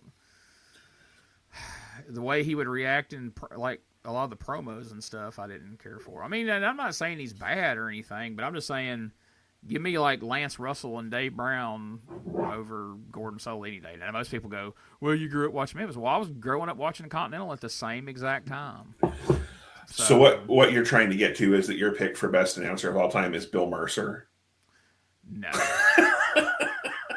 Him and Mark Lawrence are tied for worst. Oh, that's not true. Oh, Mark Lawrence here, World Class Championship Wrestling. God, man. Oh, I'm not saying they're good, but I'm not saying they're the worst. I'll take them over fucking like Todd Pettengill, and I'll take him over, what's that pecker that announces WWE on every goddamn show now? Oh, I don't even know the guy's name. You know who I'm talking about? He's been there for 20 fucking years. I know you're talking about, but I don't watch enough to know who half them people are. You talking about Michael Cole? Yes, him. Oh, okay. I thought you meant the new guy that.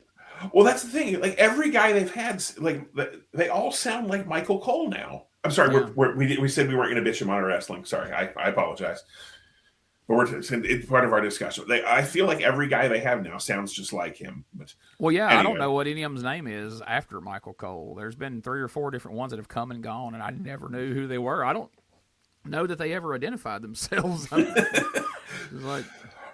turned it on one night and was just watching like some random clip, and my wife's like, "Who's the guy announcing?" I said, "I have no idea." She's like, "You don't know who it is?" I'm like, "No, I honestly have no freaking clue who that is." Couldn't tell you. And actually, this is me shitting on Booker T is the worst announcer of all time. But anyway, all right, back to this match. Well, it's so exciting. I don't know how we've not been talking about it. It's better than your average Luger match. I like it better than the match you had with Steamboat at the Bash, if that counts for anything. But we almost got a crucifix there. No. Arm drag. But, I mean... you know what I did like about Gordon Soley? Remember when they used to give him his little, where he'd come on and like do like his little opinion piece? Yeah. I always enjoyed that for some reason, where he'd come on and like just kind of put over one angle that was happening and then do the top 10 and then go to commercial. Yeah, when JR was fighting to keep him a job, so they created a segment for him, more or less. Well, I thought it was kind of like, especially like maybe if those people weren't going to be on TV. Holy shit, that was the hat guy from ECW. Wow. Lex Luger. That's an interesting way, though. Like, especially if like those guys weren't going to be on TV that week, you could kind of highlight an angle. I don't think it's a terrible idea. Yeah, I mean, I'm not knocking it. I'm saying Jim Ross has literally said they didn't want him on commentary and they wanted to get rid of him, but he still had a contract. So JR created a segment so that Gordon could continue to work and not just sit out his contract like so many other people did when they decided they didn't want to use him. That's kind of cool. Poffo and yeah, no shit. Iron Sheik, and so on and so forth. But yeah, where are you at on Joe Pedicino? It really doesn't matter wherever I start. It's going to take me a long time to get where I'm at because he's fat. That was the joke. Yeah, pretty insulting.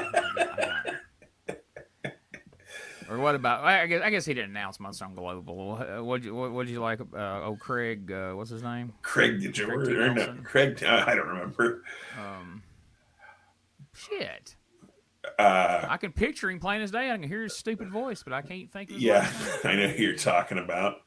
Craig Peter. No, that was Pro Wrestling Illustrated. Johnson. Craig Johnson. Oh, yeah. I don't remember. You said Joe Pedicino, and now I'm thinking about Bonnie Blackstone. So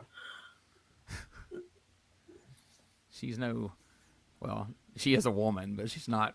I was trying to say Nancy, but she's no woman. Yes, actually, she is, Gene. I don't want to start a rumor online. Hey, that guy on the WCW podcast said Bonnie Blackstone's not a woman. I didn't know she was.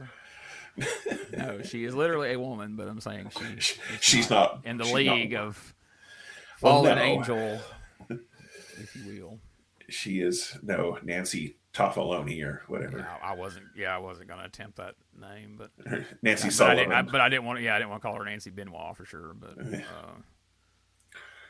okay, so this is way out in left field too. But while we're just talking about random, clothesline to the back of the head. Well done, Lex.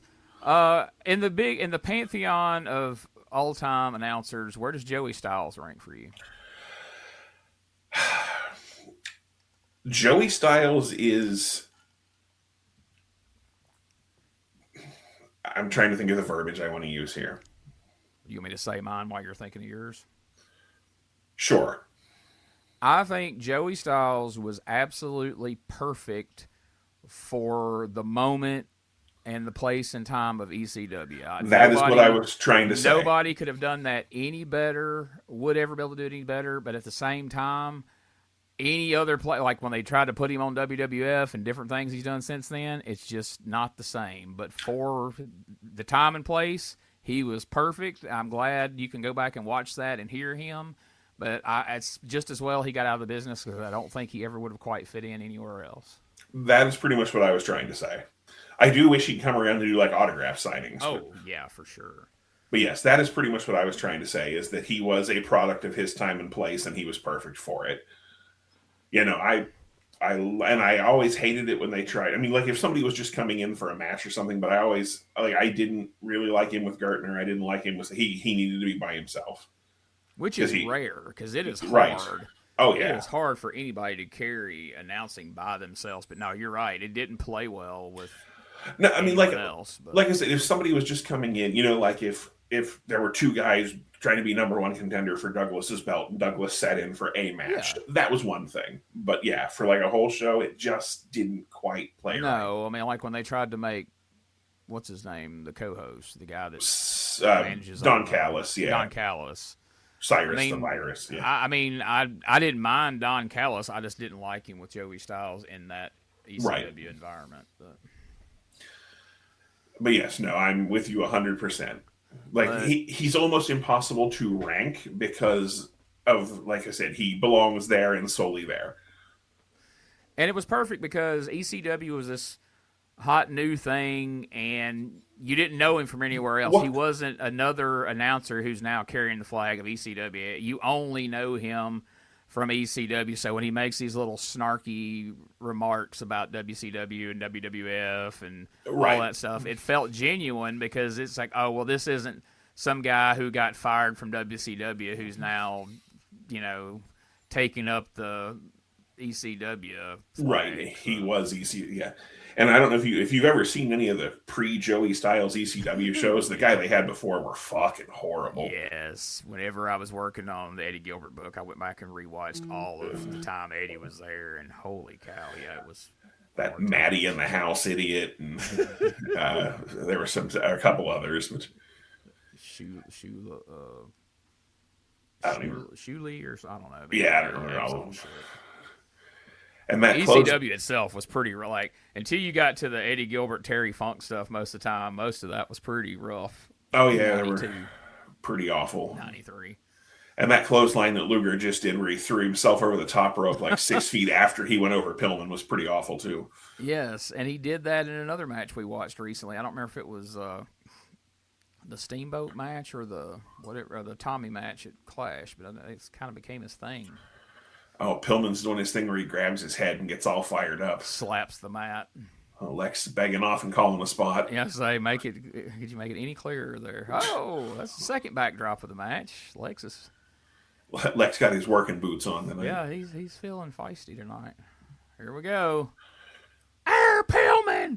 Good God, he turned him for a flip. This is it right here, Bob. Well, Jim,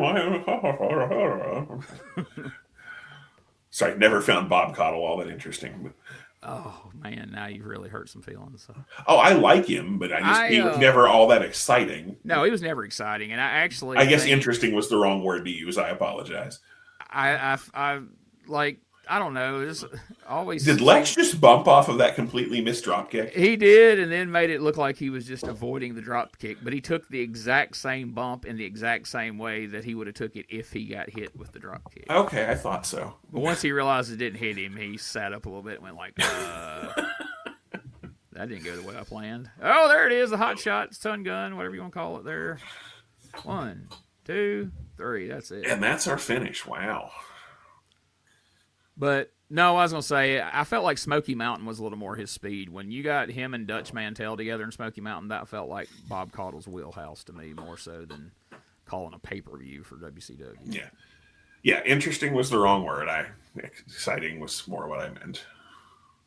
That's a fair statement for sure. I don't think anybody, and I don't think the biggest Bob Caudle fan on earth would ever tell you he was exciting. This was a pretty nice looking stun gun Lex pulled off. It was. After that botched missile drop kick a minute ago, they kind of redeemed themselves here. Well, like I say, it was all in all, it was a pretty good match because you saw a lot more bumping out of Lex than. Oh, wait a minute. And apparently that is not to be. We are standing by live here in Philadelphia, just minutes away from the Road Warriors Skyscrapers match. Hawk, you are considered the best tag team in the history of professional wrestling, but can even the Road Warriors defeat the Skyscrapers? Well, we've been underdogs all our life, and there's some critics out there that think we're underdogs tonight. Well, the people out there aren't stupid. They know better.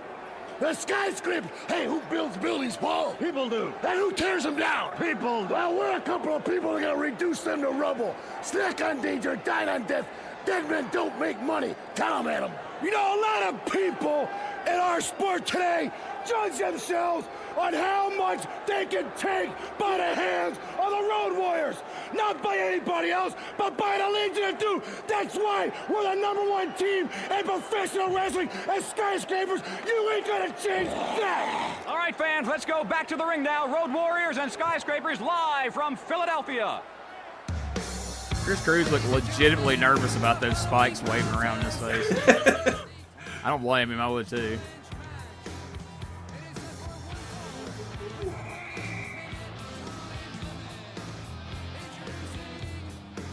So, you know, we found over the years that there's a lot of quote-unquote dream matches that are so much better in theory than in practice. And this is one as a kid I was really excited about when the Skyscrapers first come around. I was like, boy, when they wrestle the Road Warriors, that's going to be awesome. And it really wasn't. But yeah. It's like, you're like, boy, when Kevin Nash takes on the Giant, that's going to be a banger. Yeah, that seems to be the case with a lot of big guy matches. Unless it's like, you know, like Gordy and somebody wrestling Hansen and somebody in Japan. That might be different, but like, truthfully, like, for as much as everyone loves the Road Warriors, you can't really point to a lot of really great Road Warrior matches. No. Gun to my head, if you like show me the best Road Warrior match you've ever seen, I don't know which one I would. I mean, War Games. Yeah, I mean that may be where their gimmick was most suitable. Honestly, I don't know. Yeah, I couldn't pick one either. But and that. Okay, I mean, I guess you have to qualify statements because, like they said, you know, or most everybody thinks we're the greatest tag team of all time, and there's people that'll say that right now. If you ask them who's the greatest, absolutely, Road Warriors, like, well, most over tag team, maybe, yeah, you know, most money drawing tag team, maybe, box office, probably, and yeah, those are all important factors, and really, I guess in wrestling, as far as drawing money goes, they're the most important factors. But if you're going to say best tag team as far as most entertaining best matches, then no. Shit, I think that personally, if you said, hey, do you want this Road Warriors compilation or this Demolition compilation, I would take Demolition. All day, every day, for sure. For sure. Because that's what I think they got right with Demolition was Demolition could be the big, tough, burly ass kickers, but then they could sell. And you could put them in some kind of believable, you know, danger in the course of a match as baby faces where, you know, that was always the key back in the day of baby faces. Like there had to be a time where you thought, oh God, there's no way they're going to win this. And then they persevere and they come back and they win. But with the Road Warriors, everybody's just like, yeah, they're going to win. They always win. Yeah. What are these guys going to do to them, you know? But that's the interesting part of being the Skyscrapers. Like, well, maybe the Skyscrapers can beat them, but when they're wrestling the Midnight Express or the Rock and Roll Express or Tully and Arn or whatever, you know, it's like, yeah, that's not happening. Well, and that's the thing, even with this match, they're going to have to fucking sell something to make it believable. Yeah. And Spivey's not going to sell, and Sid probably really don't know how to sell. And hey, let me do this DDT. It got over big at fucking Clash of the Champions. 35 years from now, people on Facebook are going to go nuts for it.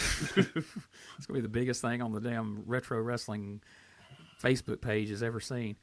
Fucking Spivey's got his damn mullet like he wants it tonight, though. You know, it was all fucked up on the last show we saw, but he's got it spiked just right. He's got the sides shaved up. He's got it going. It's Gomer Pyle in the front, Party in the back. Golly. Didn't think there'd be a Gomer Pyle reference on this show, did you? I did not, but I'm pleasantly surprised. For sure. If Ranger Ross was here, there wouldn't be an opportunity for Gomer Pyle. But oh, he could have been in that dark match we were talking about, you know. Well, that's offensive, but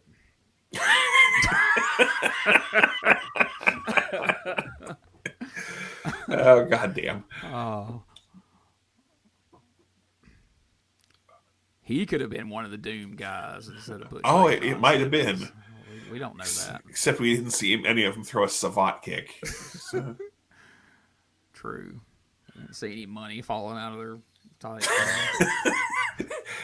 Yeah, no, if he put on a mask, he'd be breaking his parole. So, is that a wad of cash in the front of his trunks, or is he just happy to see woman at ringside? I don't know. Road Warriors, the Lords of Discipline. Okay. Oh, that must be a bondage thing. I wonder if that's what he thinks LOD stands for, or he's just trying to. Or maybe he sees all the black leather and he's into the bondage stuff. Like, yeah. I want Hawk to spank me. Uh-oh. You're going to sell now, Hawk, you son of a bitch. Oh, my God. Dude, swing your clothesline in the right spot, and if they duck it like they're supposed to, great. And if they don't, just clothesline them. These people that swing over their heads when they think they're going to duck the clothesline is ridiculous. We've been seeing a lot of that on these things. Jesus Christ, if that had connected, he'd have broke fucking Hawk's orbital in his nose. Oh, shit. The Sid splash in the corner. Sting ain't got nothing on him. He's a man called Sid. That damn, you ever seen that Wrestling with Regret? Those YouTube shows, that podcast? I believe so. But he always does that, like, whenever Ming's in there. He's like, a man called Ming. Changes the song. I thought it was pretty humorous of him. So I was just sitting here imagining if the career arc had changed and we'd have had Sid dressed up like the Crow falling from the rafters in 97. Oh, God.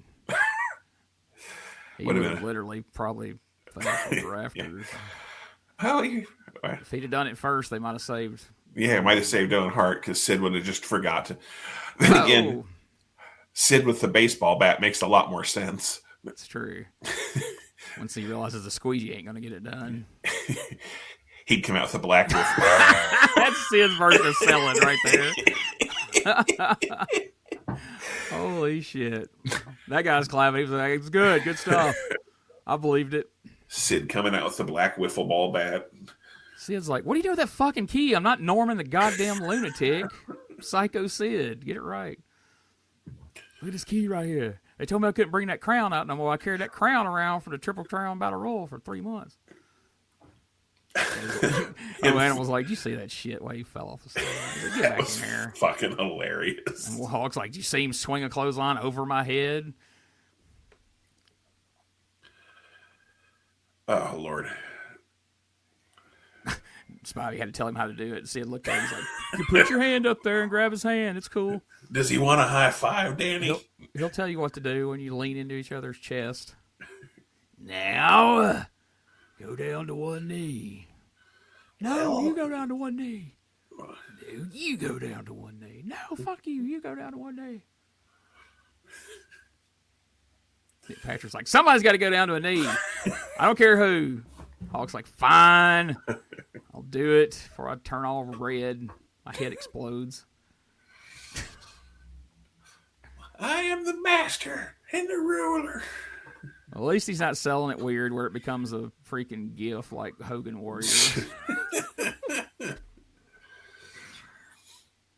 Uh-oh. Is he going to... Yes! Oh, my God. A monkey flip on Sid by Hawk. Well, I think we found what we're capping for this show. Yes, this show is full of surprises. Good grief. That may be less likely than a Sid DDT right there.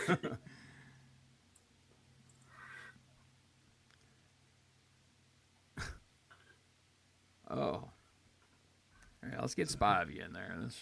Yeah. Let's get the worker of the group in. You know it's sad when the Warriors are trying to keep Sid in because they don't want to deal with Spivey.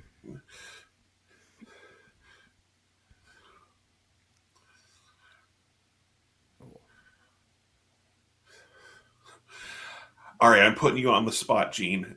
Who's the best technical wrestler in this match? Oh, Jesus Christ. Oh, my God. Sadly, I guess I'm going to say Hawk. I would have said Spivey like 3 years prior to this, but at this point, no. Because he has foregone all of that and thinks he's a freaking monster now. Did Sid just do a kip up? You damn right he did. All right. I'm just a sexy boy. Yeah. I'm not your boy toy. Is this on? Can we do that? No. Can we Is do he that? gonna do that whirly bird thing that Al Perez used to do on Hawk? He is! Holy shit, I forgot about that! God bless. Oh my God, I forgot he did that to Hawk. That's tremendous. All right, Hawk, in this match, we're going to need you to be the leader and the seller. And Hawk's like, what? You're going to be Ricky Morton in this match if you know what that means. He's like, no, what does that mean? Put your selling boots on. I don't own a pair of those. Well, go buy one. Better borrow some then. Call up Ricky and tell him you need some boots. Oh, there we go. That looked a little... He just comes right up and sell it all. Oh. All right, Lucha dropkick from Dan Spivey. What the hell is happening in this match? No-sells Road Warrior Hawk's clothesline.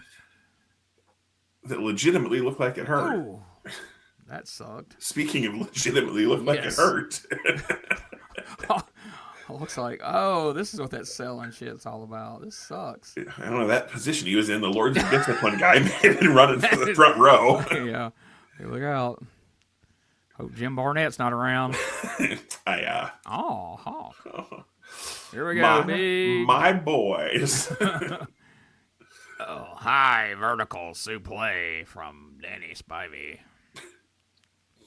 And you said he wasn't technical anymore. He surprised me, I gotta say. I wasn't expecting that Lucha basement drop kick or whatever they called it a minute ago either. Whoa, look at that. Fired him in there. What the? He had to pivot on that one. That was a good job, shit. Sid. Way to pivot. I love it. I'm surprised he didn't stop in the middle and go ask Hawk what to do. But... Just stop it and kick him. Well, did you see that running kick to the ass he did when Hawk was on the way in the ring? Yes. Okay. All right, this might be the best match of the show so far. Yeah, well, when's the last time you seen the Road Warrior sell this much? Hawk especially. All right, we got the mounted choke. Lords of Discipline indeed.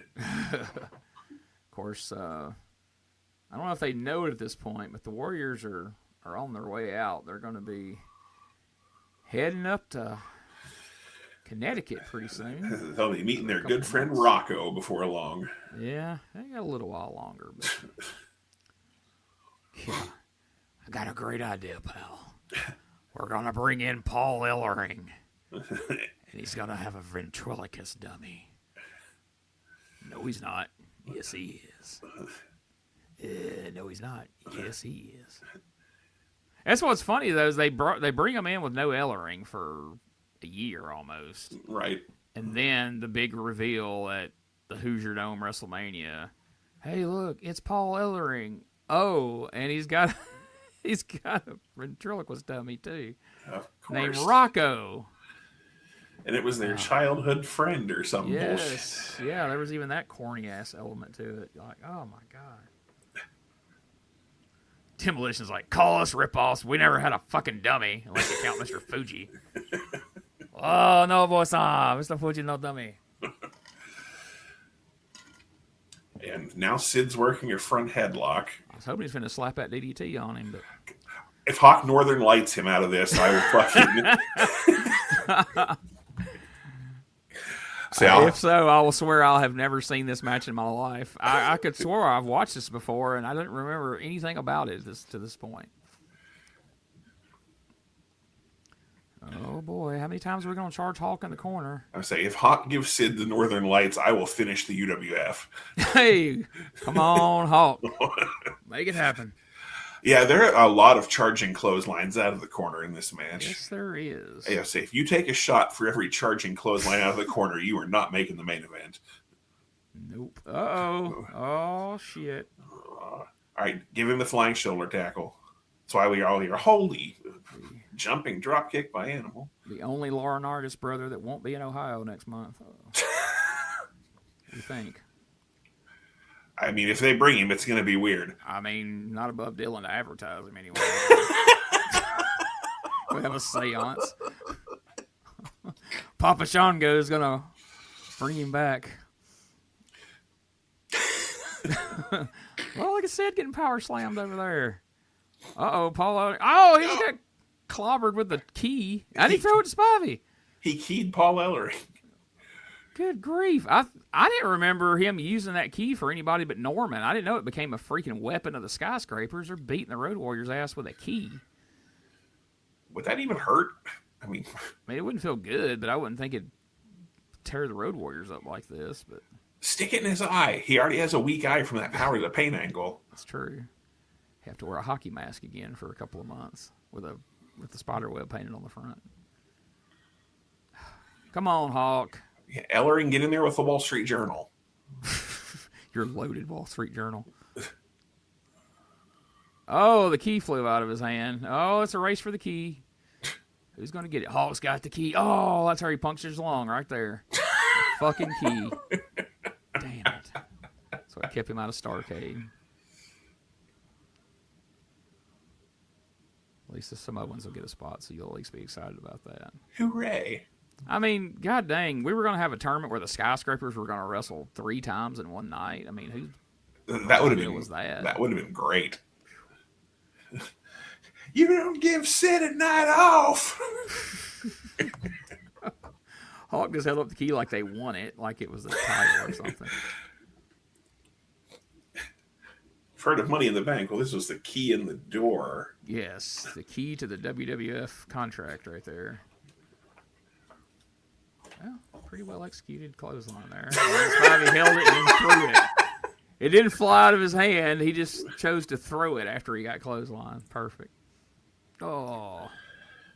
Well, you asked if that would hurt. That looked like that would have freaking hurt when he punched him with it.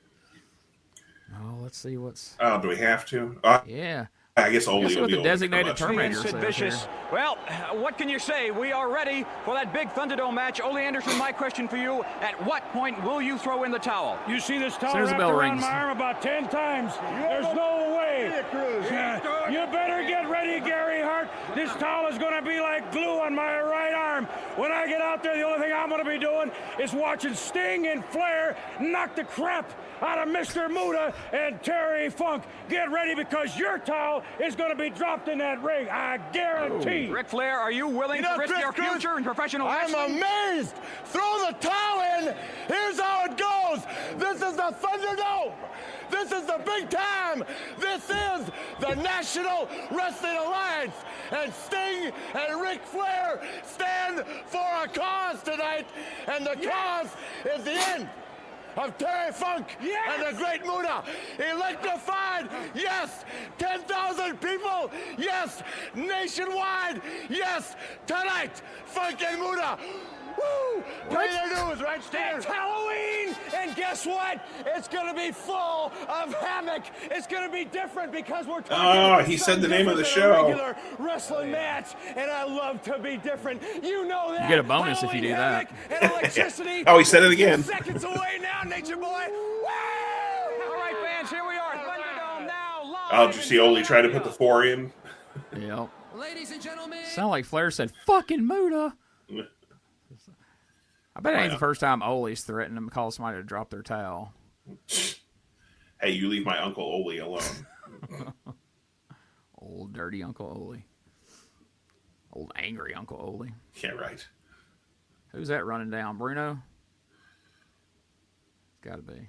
I know Ole ain't running down like, yeah, there he is. What the fuck? I don't even have a towel. How am I gonna throw a towel? I don't have a towel. He's the referee. He's not a designated Terminator. Oh, he's not a Terminator? No. It's Ole and Gary Hart's the designated Yeah, they're the Terminators. Designated Terminators. And he's the actual in-ring referee. What music did they get to cover up? Let's see. One of the designated Terminators accompanies to the Oh, ring they're using Muta. from the land of the rising sun, the Pearl of the Orient, and he is the World Television Champion, the Great Muta. Oh, it's the Dragon Master walking backwards. Oh, Lord. Forgot about him. Do you know who that is? Kendo Nagasaki? Yeah. Asian Mr. Hughes?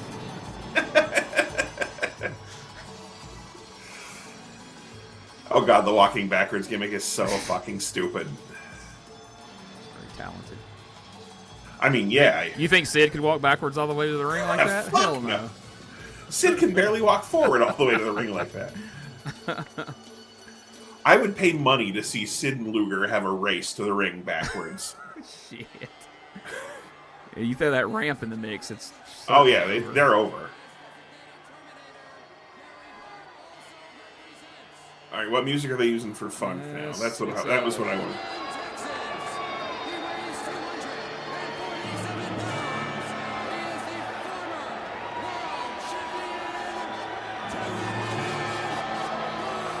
Sounds like it's a pretty good knockoff of the Good, the Bad, and the Ugly.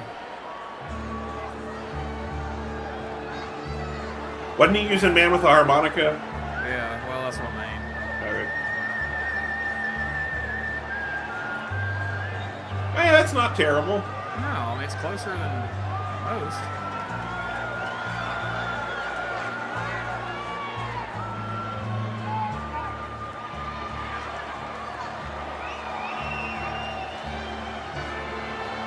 Take it over to Desperado. Yeah.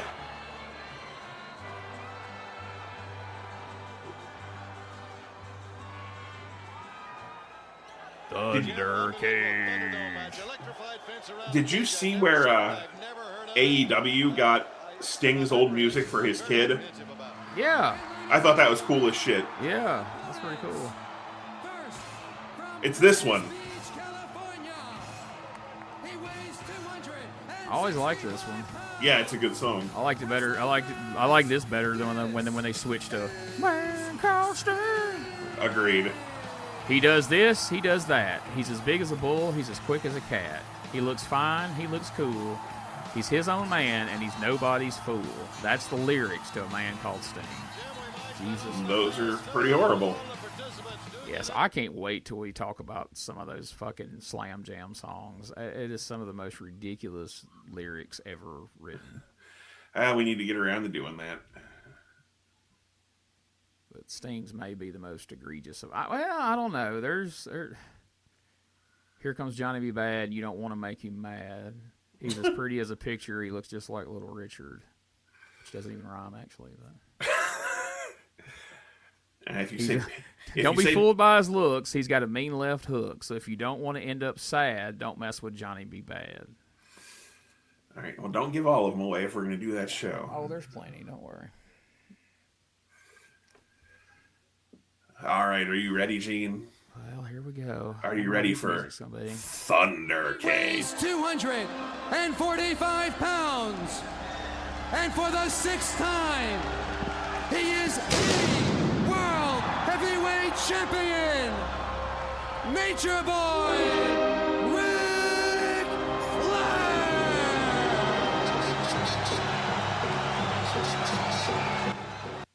I was such a fan of him back at this time. It is so sad what a fucking punchline he's become today. Yeah. It aggravates me.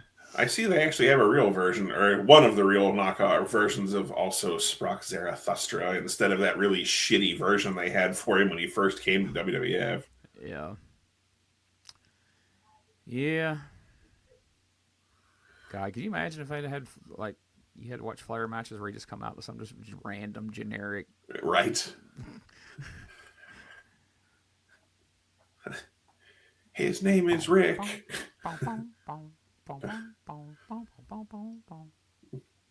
His name is Rick. He's such a dick.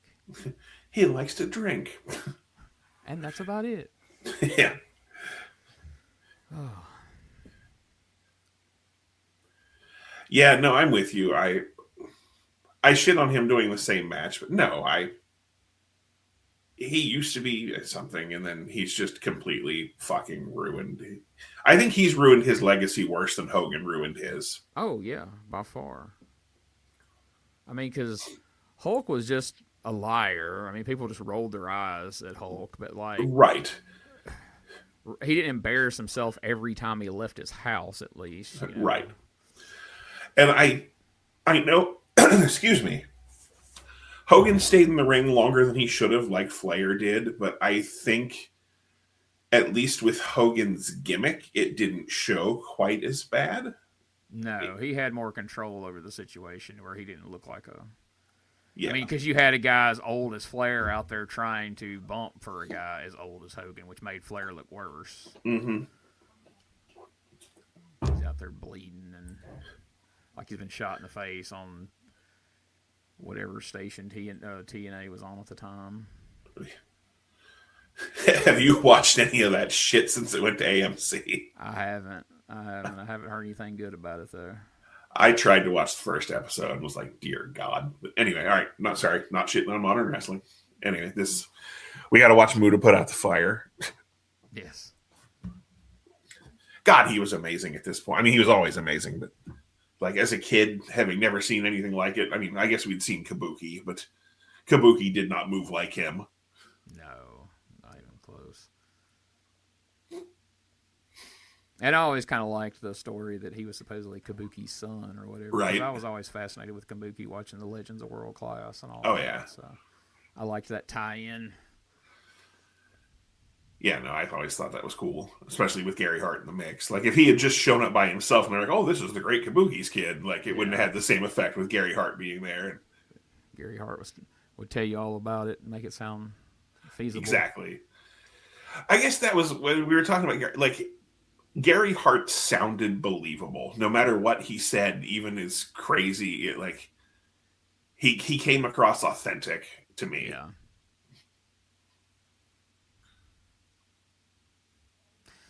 Yeah, I mean, and the fact that, like, he was one of the few managers where there was never, I mean, because you can go down the line of, you know, Cornette and Paulie, and then even through WWF, Heenan and Slick and Jimmy Hart. There was no comedic element to Gary Hart at any time.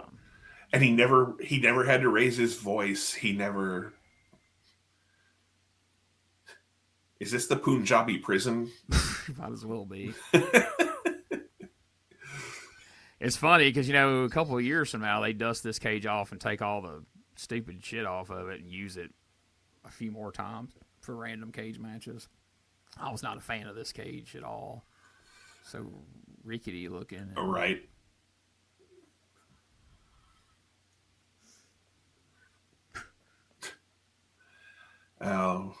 We're probably lucky the Funker didn't die in this match trying to do something stupid off that rickety-ass cage. Kidding. This move right here was a bad one to start with. He's like, do I go back this way or do I go back? Yeah, let's go this way. There we go.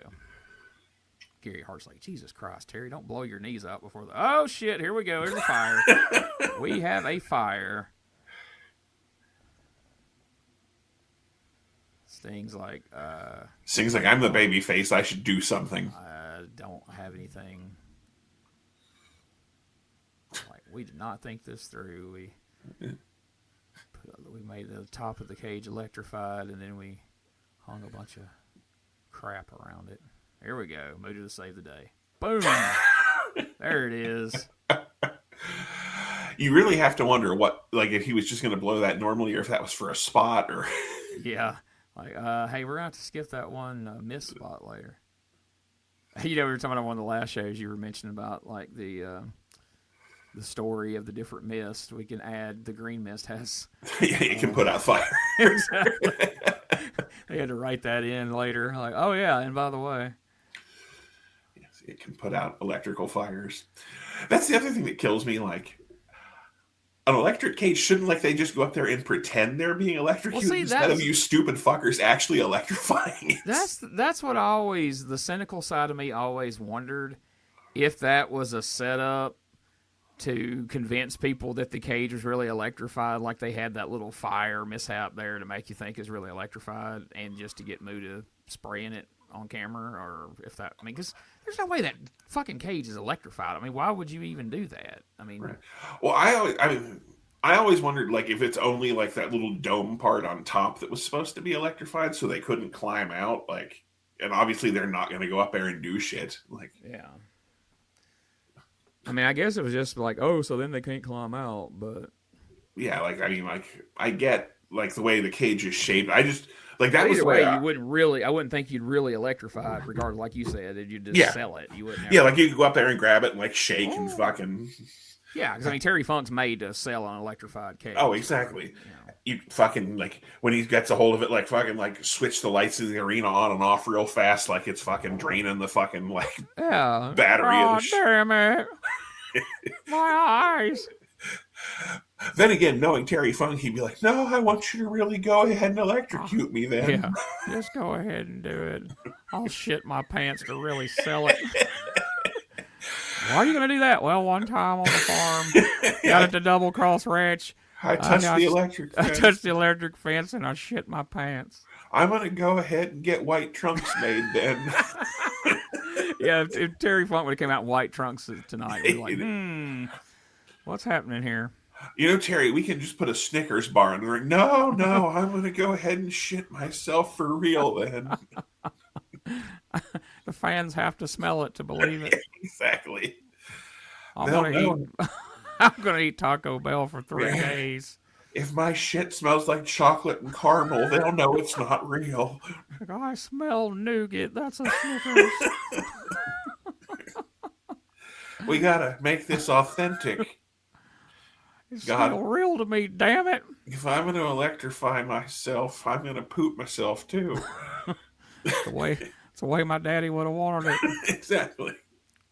Dory Sr. wouldn't have put a Snickers bar in the crack of his ass for all the money in the world. Believe me, I know. Oh, Lord. That's my favorite part about Terry Funk matches. We always get into some kind of ridiculousness that you never would even imagine. And the best part is there's like a 5% chance that it could have been a real conversation. Exactly. Like, I can't wait to get to War Games 94 when he's upside down between the two rings, scissoring his legs back and forth. And you're like, you see, this is what we're saying. Exactly. And then, ironically, based on what we're just talking about, Colonel Parker shits his pants. So. There you go. He has copped to it. Oh, the big knee. As opposed to Booty Man's high knee. Yes. How many times did you have to hear that before you went, oh, okay. I'm not going to lie. I didn't get it the very first time. I was probably trying not to watch. But like I said, as long as they kept Kimberly with him out there, I could put up with it. But.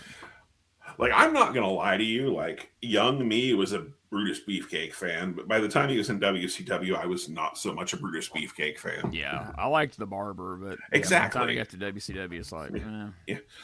Like, however old I was in 1989, 10 or 11, I was like, I like the Barber. He's cool. But by 1994, I was like, maybe not. Yeah. You reach that age where you realize, oh, Brutus Beefcake's not cool. No, he's not.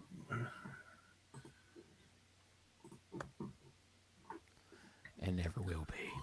Probably not. Now, you talk about somebody whose head looks like a pumpkin now. Did you see him like on Dark Side of the Ring? Yes. I met him a couple of years ago. Yeah, Holy cow. Then again, after what happened to his face, maybe that's... Could be, but it went back to normal size for many, many years, and suddenly... That's true. He looks like something out of a horror movie, but... It's not very nice, Gene. It's accurate. Usually you don't say mean and hateful things.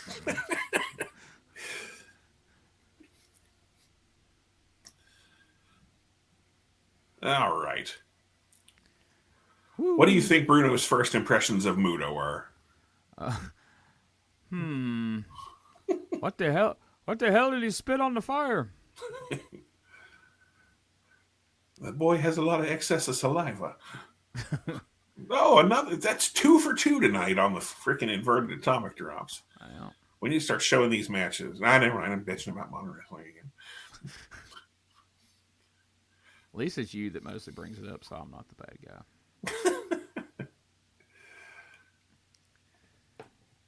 So, I mean, for the most part, in the middle here, this is mostly just a tag team match with a bunch of... With the gimmicks around it. Yeah, a bunch of shit around it. This isn't the same cage they used for the Chamber of Horrors, is it? It is. Is it really? Yeah. Okay. Yeah, it was the Chamber of Horrors cage. It was a Thunderdome cage on a Clash of the Champions. Was that the one with the 6-man with Cactus Jack and the shovel? Okay. Yep. It's the cage for Luger and Flair at Capital Combat 90 that Ole raised. Oh. Yeah, they got more than they're used out of this. Unlike that fucking triple cage we had to build in Tupelo for Uncensored that they used one time and left it at the Tupelo Coliseum, and it was there for 10 years before they finally hauled it off. Was that the match where Hogan and Savage beat the whole roster? Yes. Okay. That would be the one. Holy cow, that thing was, I mean, just held together with duct tape. And the match where Hogan and Savage took on the whole heel roster, including like 14 guys that didn't work there, but somehow Arn still had it. It wasn't enough to beat the current WCW heel roster. We had to bring in guys from the past to beat as well. But yet Arn still had to take the loss. Yeah. Like, well, yeah. That's how they got everybody to come. Like, I'm not going to be the one to lose it. No, Arn's here. What are you talking about? That's our designated. You talk about our designated Terminator. That's our designated loser. Yeah. Bring in Zeus and bring in Jeep Swenson and name him after the thing that killed the Nazis, and then realize that and change the name. If they were going to bring in Zeus, they really should have brought Kurt Fuller in to be Brill with him too, and just went all the way. So that was you jackass! What's that smell? No, that was my favorite part. You know, poor Arn would have had to been the one to shit his tights on that day. So thank God they didn't. And say Dookie, yeah. Yeah. No, that was my favorite part. They're like, Jeep Swenson is the final solution. That's what the Nazis called the thing that killed all the Jews.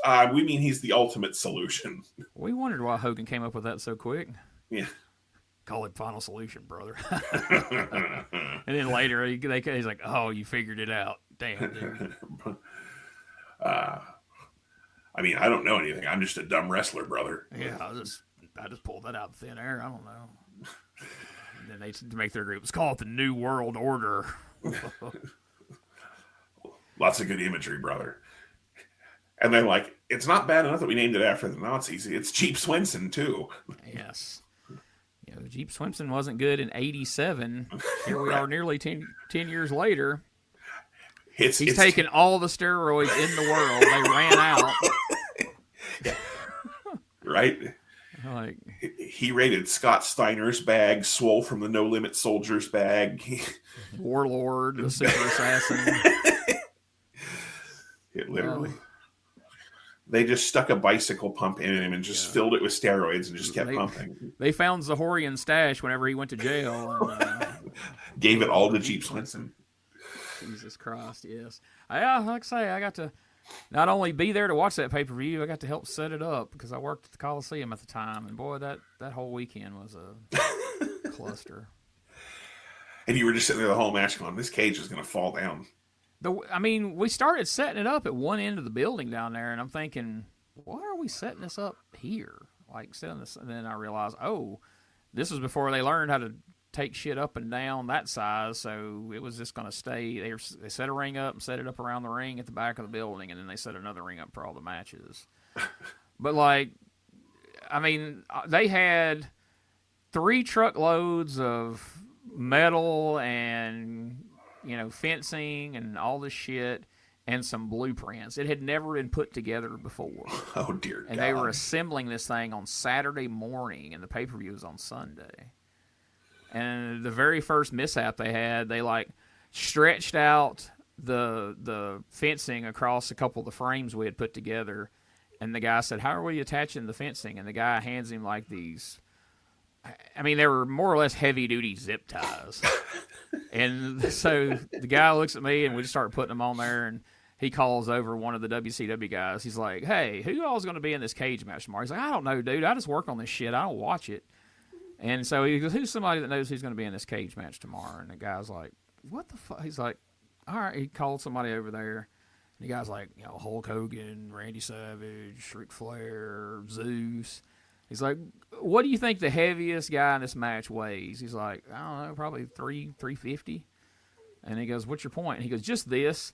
And they had it sitting on, up off the ground. That dude jumped up, landed on it. He went straight through it. Every one of those zip ties snapped off the sides. He goes, so what's going to happen when movie star Hulk Hogan falls through the fucking cage tomorrow because y'all hooked it together with goddamn zip ties. And they're like, oh, shit, we got to come up with something else. He's like, yeah, because you got 3 stories of this shit.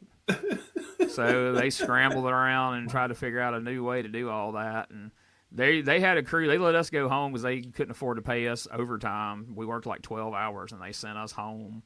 And the crew from WCW worked all night long. They started at 7 o'clock Saturday morning, and they were still welding and doing shit to the cage as Main Event went on live. They were still working on the cage. Dear God. But before the show, like the closest, I was like 6 feet away is this from where Muda, Savage. Oh, here we go. Is this where Muda electrocutes himself? Yes. I think it is anyway. I think they only go up here like once. Ah, fuck. I don't know. Either he's really good at selling, or they do have that shit electrified, because he sold it just like you really would if you touched something that shocked you. I mean, it's WCW. These dumbass probably did electrify. They probably did. Honestly. Yeah, we forgot who we were talking about. Now, I'm sitting here telling you what a bunch of dumb fucks they have that put this shit together that I witnessed personally, so I wouldn't doubt it. I mean, I wonder whatever happened to the Triple Tower of Doom cage from '88. So I don't know. They should have brought it back out for this one, because holy crap. Then there's the World Class. I mean, World Class used that gimmick too. But right before they went on the air for Main Event, Hogan and Savage came out there, and Hogan was walking around pulling on the cage and pushing on it, and Savage is like touching he's actually wearing sunglasses in the building before the show. He's like touching his sunglasses like he does in promo. He's like, he's like, what do you think? Hogan's like, what do you think, brother? He's like, I don't want to get in that shit. And he's like, we ain't gonna spend much time in there, brother. And they turned out and walked off. And then you watch the pay-per-view, they got their way through there pretty damn quick, and then half the match took place in the ring and on the floor and everything else, because they got the hell out of that death trap. That's a match we can watch one day if we make it all the way to 96. Oh, that'll be exciting. Was that clear in 96? Uncensored 96. So that wasn't long before the NWO then. No, not long at all. Oh, here's Flair playing Tarzan. That was March, and NWO happened in July. But if we watch that, we'll get to see that match with Regal and Fit Finlay beating each other to death. I'm in. And then bonus, we could see the Giant against Loch Ness. Oh. Are you out now? Oh. This has got to be uncomfortable for Muda being held up by his balls and neck all this time. And then Terry Funk is hanging upside down by 1 foot on the cage. Poor Funk. That was probably his idea. Yeah. Got a booger hanging out of his nose. Like, one of you can be held over Sting's head for 2 minutes, or you can hang from the cage. I'll hang from the cage. Oh, god damn. Now he's free swinging over there. And this is every bit his idea. He'll probably fall and land on his balls. Oh, shit. Muda has disappeared. I bet he missed someone after this. Oh, now Sting's in a Tarzan swing with the rope. Sting's like, well, they hung a Tarzan rope. Somebody's got to use it here. Why is no one getting electrocuted anymore? Funk forgot. He's like... Maybe it shorted out when it shocked Muda earlier. That could be. Funk's swatting him with shit. Ah! Oh, God! Oh! That's what he was over hollering if we had the Of course. That's what he's always hollering. Muda ain't afraid to swap chops with him. What the hell is that plastic tubing they got up there? Probably a spider or something.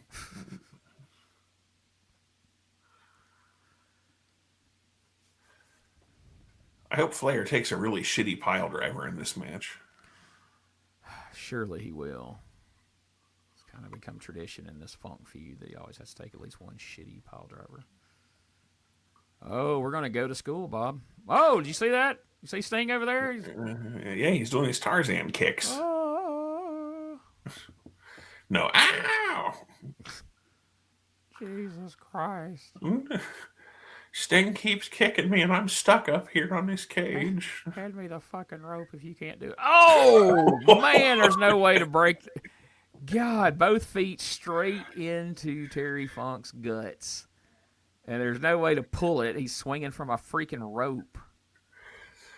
Oh, okay. So he probably did shit his pants. Forget all the humor with the Snickers and all that. He just got his guts stomped in by Sting. Jesus. Wasn't too far from his pecker either. So. No. Oh, I got castrated Oh. in the Thunder Cage. Oh, that was a good one. That was right on the money. Like Flair was like, oh, God. Full weight on. Oh, look at this. Funk's going to tie him to the cage. Now, this is nice using his head. Oh. I love this move. Muda's going to lock him up. Oh, he's not going for the complete Muda lock. He's doing the drop downs. I guess, might as well not have to arch your back and break it just for him to sit there and holler for 10 minutes while Ole Anderson refuses to throw in the towel. Go ahead, I don't like it. There it is. Here it is. All right, Ole, throw the towel. He's dying. Sting's getting headbutted over here in the corner as he's tied to the cage. Take that, you son of a bitch. Here we go. Funk's finna moonsault off on top of him. I don't think we've gotten there yet. I don't think. Yeah, we're not quite there yet. It wouldn't. The thing is, it still wouldn't surprise you. No. What's that thing you do, Muda? I'm gonna do it. Yeah, I'm gonna try that one. Is he gonna pile drive him from a damn? Ole Anderson clearly wasn't a Boy Scout. I'm gonna go ahead and try that one time. Ole's like this. Oh, here it comes. Tied this shit and not being funny. He's like, he knows I'm supposed to get this loose. Here we go. Stand on your head. He's got his feet firmly and. It's the worst. God. I got it. I'm going to be out another 4 months. Where's my Lakers jacket? We can hope. Well, Sting's just fucked. Terry Funk has tied him in such a knot that Ole can't get it loose. He clearly hasn't brought his pocket knife with him. Muda to shove Bruno. I'll tell you, don't push me, Japanese. Someone in that cage has to have a blade. Come on, Ole. Surely. Get flares out of his tights. Sting going to jump off the cage now? Oh, that's right. He's going to Tarzan in, I think. Hope he practiced this. Not just winging it out here with. Go! There he goes. What a maneuver. 1, 2, he got him. No, he didn't. I think he literally took out Terry Funk with that. Yeah, right. All right. We're just climbing up. That didn't go so well for him last time. Let's see. I think the electricity's turned off since Funk didn't get electrocuted. Oh, there's his knee. He's holding it. What the fuck? What is Muda doing? What do you think he's going to get out? I think he's escaping.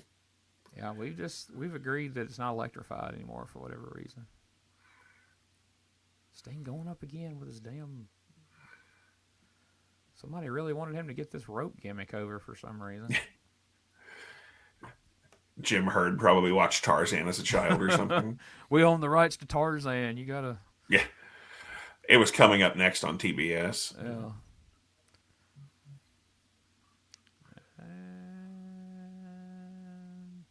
This move always looked like it would suck to take. There we go. Yeah.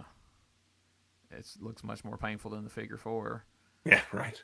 All right, Sting's going to superplex him out of that corner up there somehow. Right onto the ring post. Yeah, he's going to give him the old he's going to El Generico brainbuster on the ring post. He's going to impale him like it was an LJN ring. There's a deep cut for you. Yes.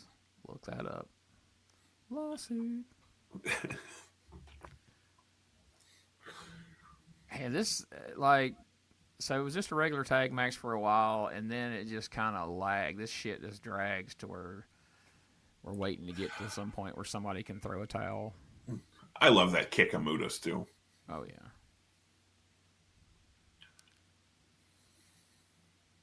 Yeah, there were some people commented on the Patreon, sent me messages about what we were talking about how it's so shocking that no one has tried to replicate Muda's offense in recent times. And other people agree with us that it seems like it'd be an obvious thing, but perhaps it's harder to pull off than it looks.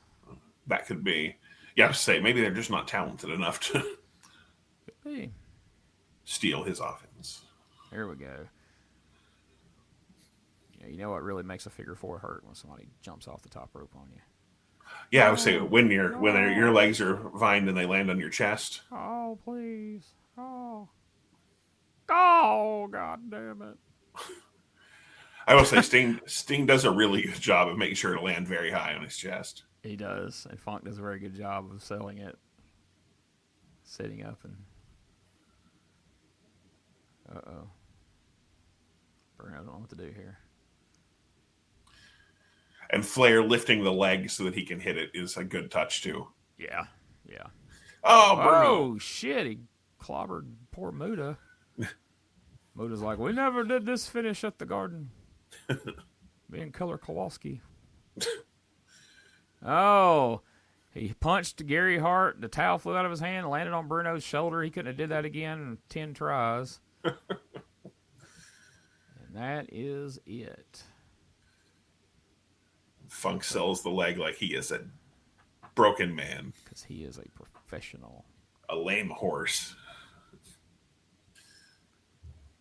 Woo!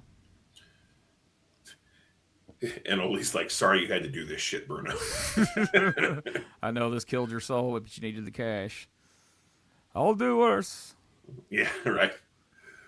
I'll look back on this fondly when I'm calling Beach Brawl. Yeah, so wait till you see where I am next year.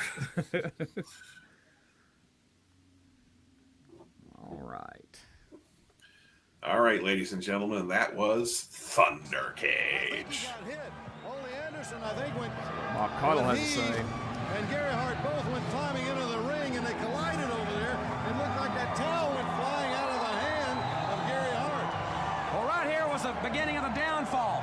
Gary Hart was going to let Terry Funk's leg just get snapped like a twig. And after a succession of big splashes off the top rope by Sting, with Flair holding the figure four. Yeah, that is a nice little detail there. Flair raising his leg out of the way. That's a right hand from Bruzy Italy. Boy, and you're talking about Bruzy Italy. Let's see if we can see what happened. Are they playing War Pigs? Sounds like. And he really was putting the pressure to it. Surprised they didn't cut that out. When Hart went to go down, you saw that arm come up, and there went that towel, Jim.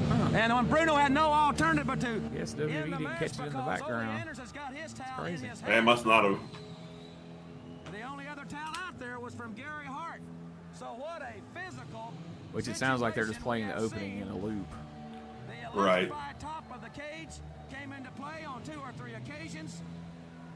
And the winners, Flair and Sting. What a match. My God. Oh, Jim, I tell you, and you know, I got to go back a little bit earlier as to the confrontation again between Ric Flair and Terry Funk. That was a pretty good match, but none of them played football. I don't think it can end here. One of these guys.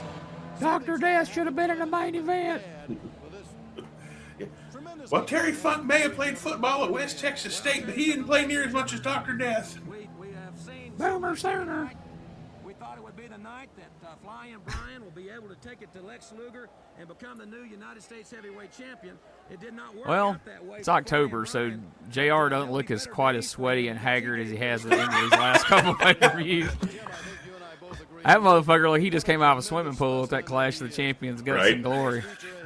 I think untold championships ahead for Luger.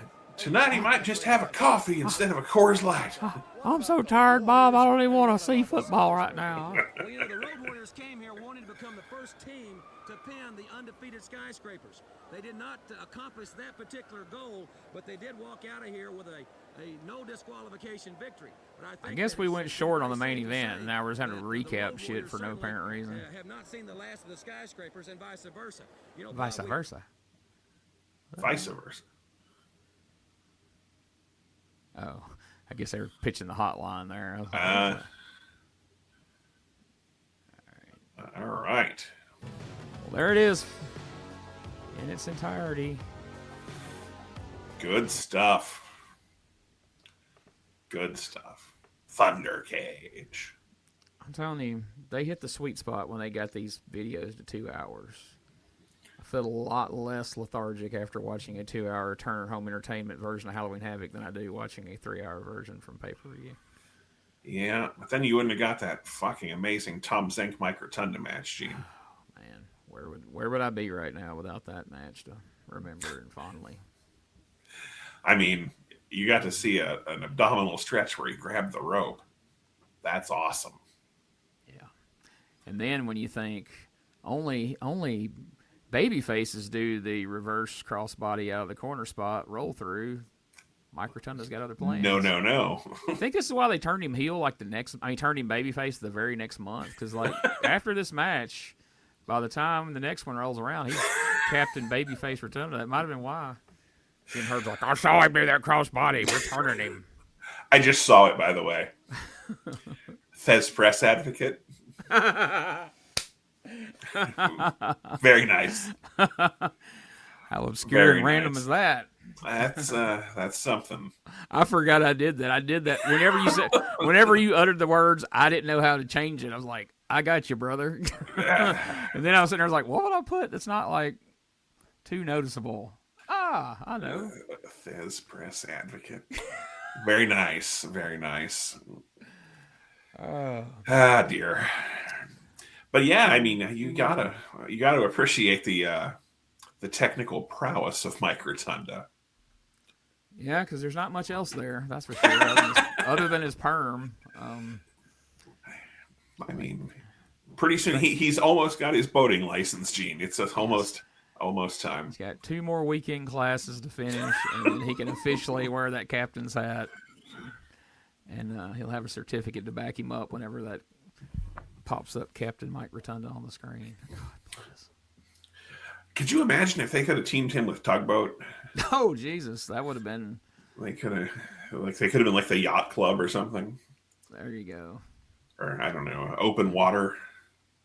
They would have had to buy the rights just so they could come out to Back in the High Life Again. Come out to that as their theme song. Shit, yeah. Or just get some kind of yacht rock music. The Yacht Rock and Roll Express. Team Man Tugboat. Oh, they could have. We have to come up with some kind of good boating gimmick for Ricky Yacht Morton. Foundation. Alexandra York could have just came out in a bikini, which I would have been pretty okay with. There you go. I'm buying into this gimmick a little more now. Now we're talking. We just need Ricky the Morton. The sad thing is, any of these corny, funny gimmicks we're coming up with here, better than most of the shit that Jim Herd came up with in his entire run. I mean, better than the Ding Dongs, better than the Hunchbacks. Yeah, we just got to come up with a boating gimmick for Ricky Morton now. We'll work on it for next time. Yeah. Let that mullet flow in the ocean breeze out there. But I guess now it's time. Maybe we can do a pirate gimmick for Ricky Morton. I don't know. I think Robert pulls that off better. Then he can put a patch. He can put a patch over that wonky eye. He finally could do something for that. Robert Gibson. Robert Gibson, matey. And that's how you could get into that Ricky Morton feud there, because obviously the natural opponent to the young would be the pirate, Robert Gibson. What are we doing? Rock and roll will never die. You had Captain Rip Morgan with him. I can already picture Rip Morgan in the big fucking hat, goddamn flowy pirate shirt. Oh yeah. Man, all right, something. All right, we need to start a show where we book shit now. Yeah, that's our strong suit anyway. Is old booking. So here we are. Where we book the stupidest version of 1990. We'll watch it. We'll watch it. That's what we'll do. That's what the gimmick will be. We watch the season, and then we go back and rebook the whole year our way. Perfect. As dumb as possible. Gimmicks. All right. Anyway, go ahead. Okay. Well, we gotta measure how this turned out here. So, we got to start doing this as soon as the show's over, because I think we spoil half the answers by the things we make fun of immediately after the show. True enough. Least favorite part of Halloween Havoc 89.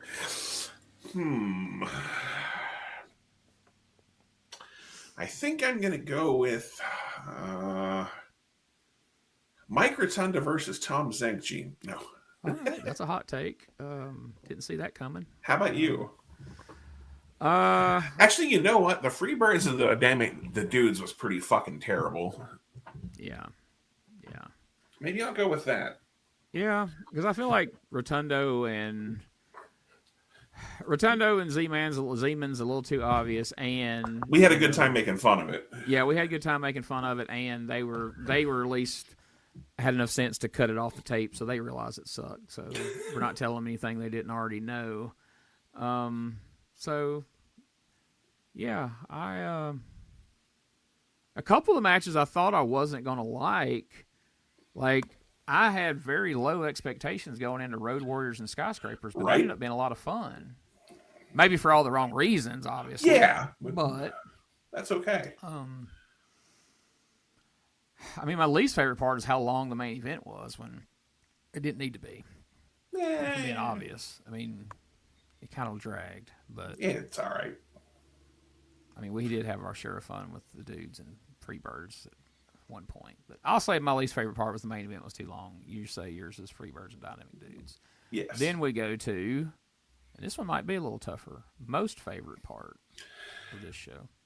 I actually really enjoyed the Road Warriors and the Skyscrapers, dude. Like, that match was way better than I thought it would be, and even the parts that were bad were funny bad. Like, yeah.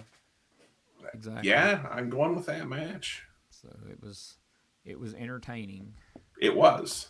And it was as stiff as it needed to be, or as I expected it to be. And yeah, I'm going with that match.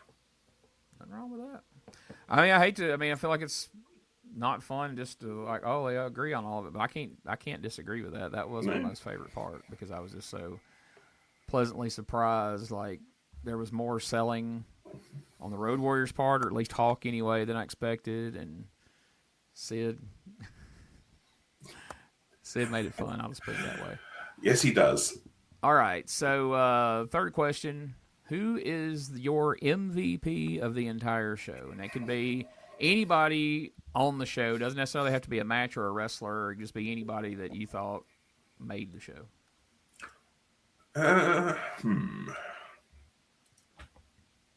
You go first on this one. I got to think. Yeah. I have trouble with it because I have to look at it from two different ways. Like, all right, am I going at it from MVP for us as far as who was most entertaining that we were able to have the most fun with, or watching this as a fan of like trying to enjoy the show? And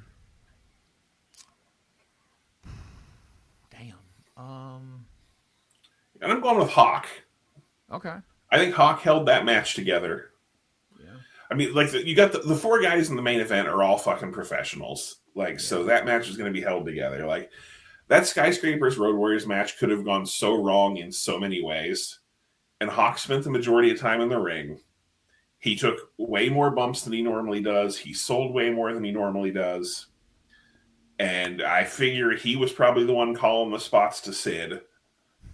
He may not have to call spots because, I mean, we shit on Dan Spivey, but Dan Spivey, he may not be good at what he's doing, but he knows what he's doing. So, yeah, I figure Hawk was the glue that held that match together. I'm going with Hawk. And everybody who's figured us out by now is expecting both of us to say Terry Funk. Right. So, and I mean, that's obvious. He's, we don't need to say that. Yeah, I almost feel like we need to disqualify the main event. Like, I'm going to say, if I'm giving a halfway serious answer, Brian Pillman, just because just a little over a year in the business, he drug a decent match out of Lex Luger on a pay-per-view.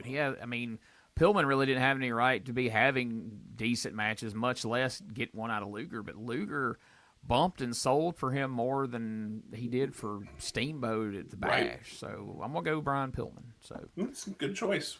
And then at the end of it, overall, the entire show, thumbs up or thumbs down? Can I go in the middle? You can. That's always an option. I'll go in the middle. It's not a horrible... I mean, there's a couple of shit matches, there's a couple of good matches, and then everything else is pretty much... Like, Tommy Rich and the Cuban Assassin have an okay match. It's watchable. And then, like, Road Warriors match is fine. The main event's fine. Luger and Pillman is fine. The Doom match was... we forgot about Doom and the Steiner. Like, that was good and watchable. Yes. Yes, I forgot about that. Yeah. Like, so, yeah, I mean... I almost wanted... I forgot about it. I almost want to change my answer, MVP Scott Steiner, from the way he was throwing around Ron Simmons and Butch Reed, two of the legit toughest guys in wrestling, and he's throwing them around like sacks of garbage. Yeah. While there were a couple of really shitty matches, this show overall, this may be the best show of the year so far, honestly. I'm going to go full Jim Duggan and give it a thumbs up here. I'm not even going to go in the middle just because, and I'm saying that not comparing it with every other show in the world, but every other show we've watched. Oh, yeah, it's the best show we've watched so far. Better than Chi-Town Rumble, Wrestle War, some of these fucking clashes. And honestly, there may have been more things in different matches, in various matches that I liked than even the Bash, because the Bash only had about 3 matches that had shit I really liked, and the rest of it was like, you're right. This isn't as good as I remember it to be. But these, I had the opposite, like, oh, this is better than I remember it to be. So, yeah, I'm gonna give it a thumbs up. You're going thumbs in the middle? Leaning towards up, but in the middle. All right, half up, like. Yes. Right. 3/4 thumb. Okay. We're making shit up now. We'll stick with thumb. We won't say it's like. Something else is like, it's not all the way up. Yes. Yeah. 3/4 mast. It's Bonnie Blackstone, not woman, if you will. Yes. That's how we should rate the show. Oh, yeah. Like, what a rating system that would be. It's not full Beulah. Oh, Bonnie's still alive, so we don't want her to. Hey, Bonnie Blackstone is a beautiful lady. She is. I'm just joking. And she was married to Joe Pedicino, so she apparently liked fat dudes. So we have a chance. That's a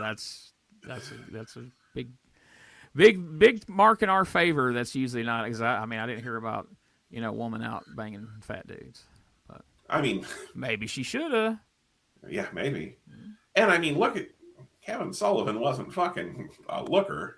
No, I don't rate dudes, but I can't imagine there's much women being like, oh, Kevin's so hot, and that fucking accent just gets me fucking moist, like, no. I've always wanted a taskmaster. What if he'll take me down to the harbor? I want to take a trip to the Dungeon of Doom. I want to let him visit my Dungeon of Doom, if you know what I mean. He can see my Yeti. All right, I don't think we're going to top that. On that note. So we are going to, in classic George Costanza fashion, just, hey, that's it. That's as good as it gets. We're out. Join us next time. I don't know what. New York Knockout is New next. York Knockout. I Quit match with Flair and Terry Funk. So I don't think the rest of the card is overwhelmingly great, but I do know it's JR and Gordon Soley on the call together. Oh.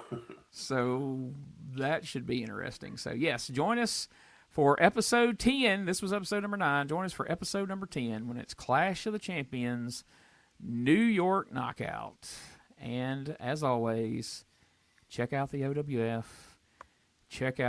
We now have a retro WCW podcast, a retro USWA podcast. We now have a retro Continental podcast where me and Rob help watch Continental. And me and Brian Trammell still have our Patreon-only CWA Memphis podcast. Buy Gene's books. And buy the books. And buy the shirt. I've got a History of Alabama Pro Wrestling project starting up now that I'm going to be working on. So keep an eye out for all that, plus Dangerous Conversations with Doug Gilbert and Tommy Rich each and every week is still a thing. So check that out. And we've got a big surprise guest coming up very soon that people should be excited about. I won't tease it in case somehow it don't happen, but I'm excited about it anyway. So if that's not a good enough tease for you, go to retrowrestlingarchive.club. That's where you can find a link to all the different things, the YouTube channel, the store with the T-shirts, with all the stuff on them. Everything's there. YouTube channel, the Substack with all the articles. I did an article on Bobo Brazil recently that's gotten me more subscribers than any other article I've written so far, so thank you for that. And we'll catch you here for episode 10 real soon. Join the Patreon. It's more fun to watch. I promise you. Sullivan! Bob likes to watch. He's on Patreon.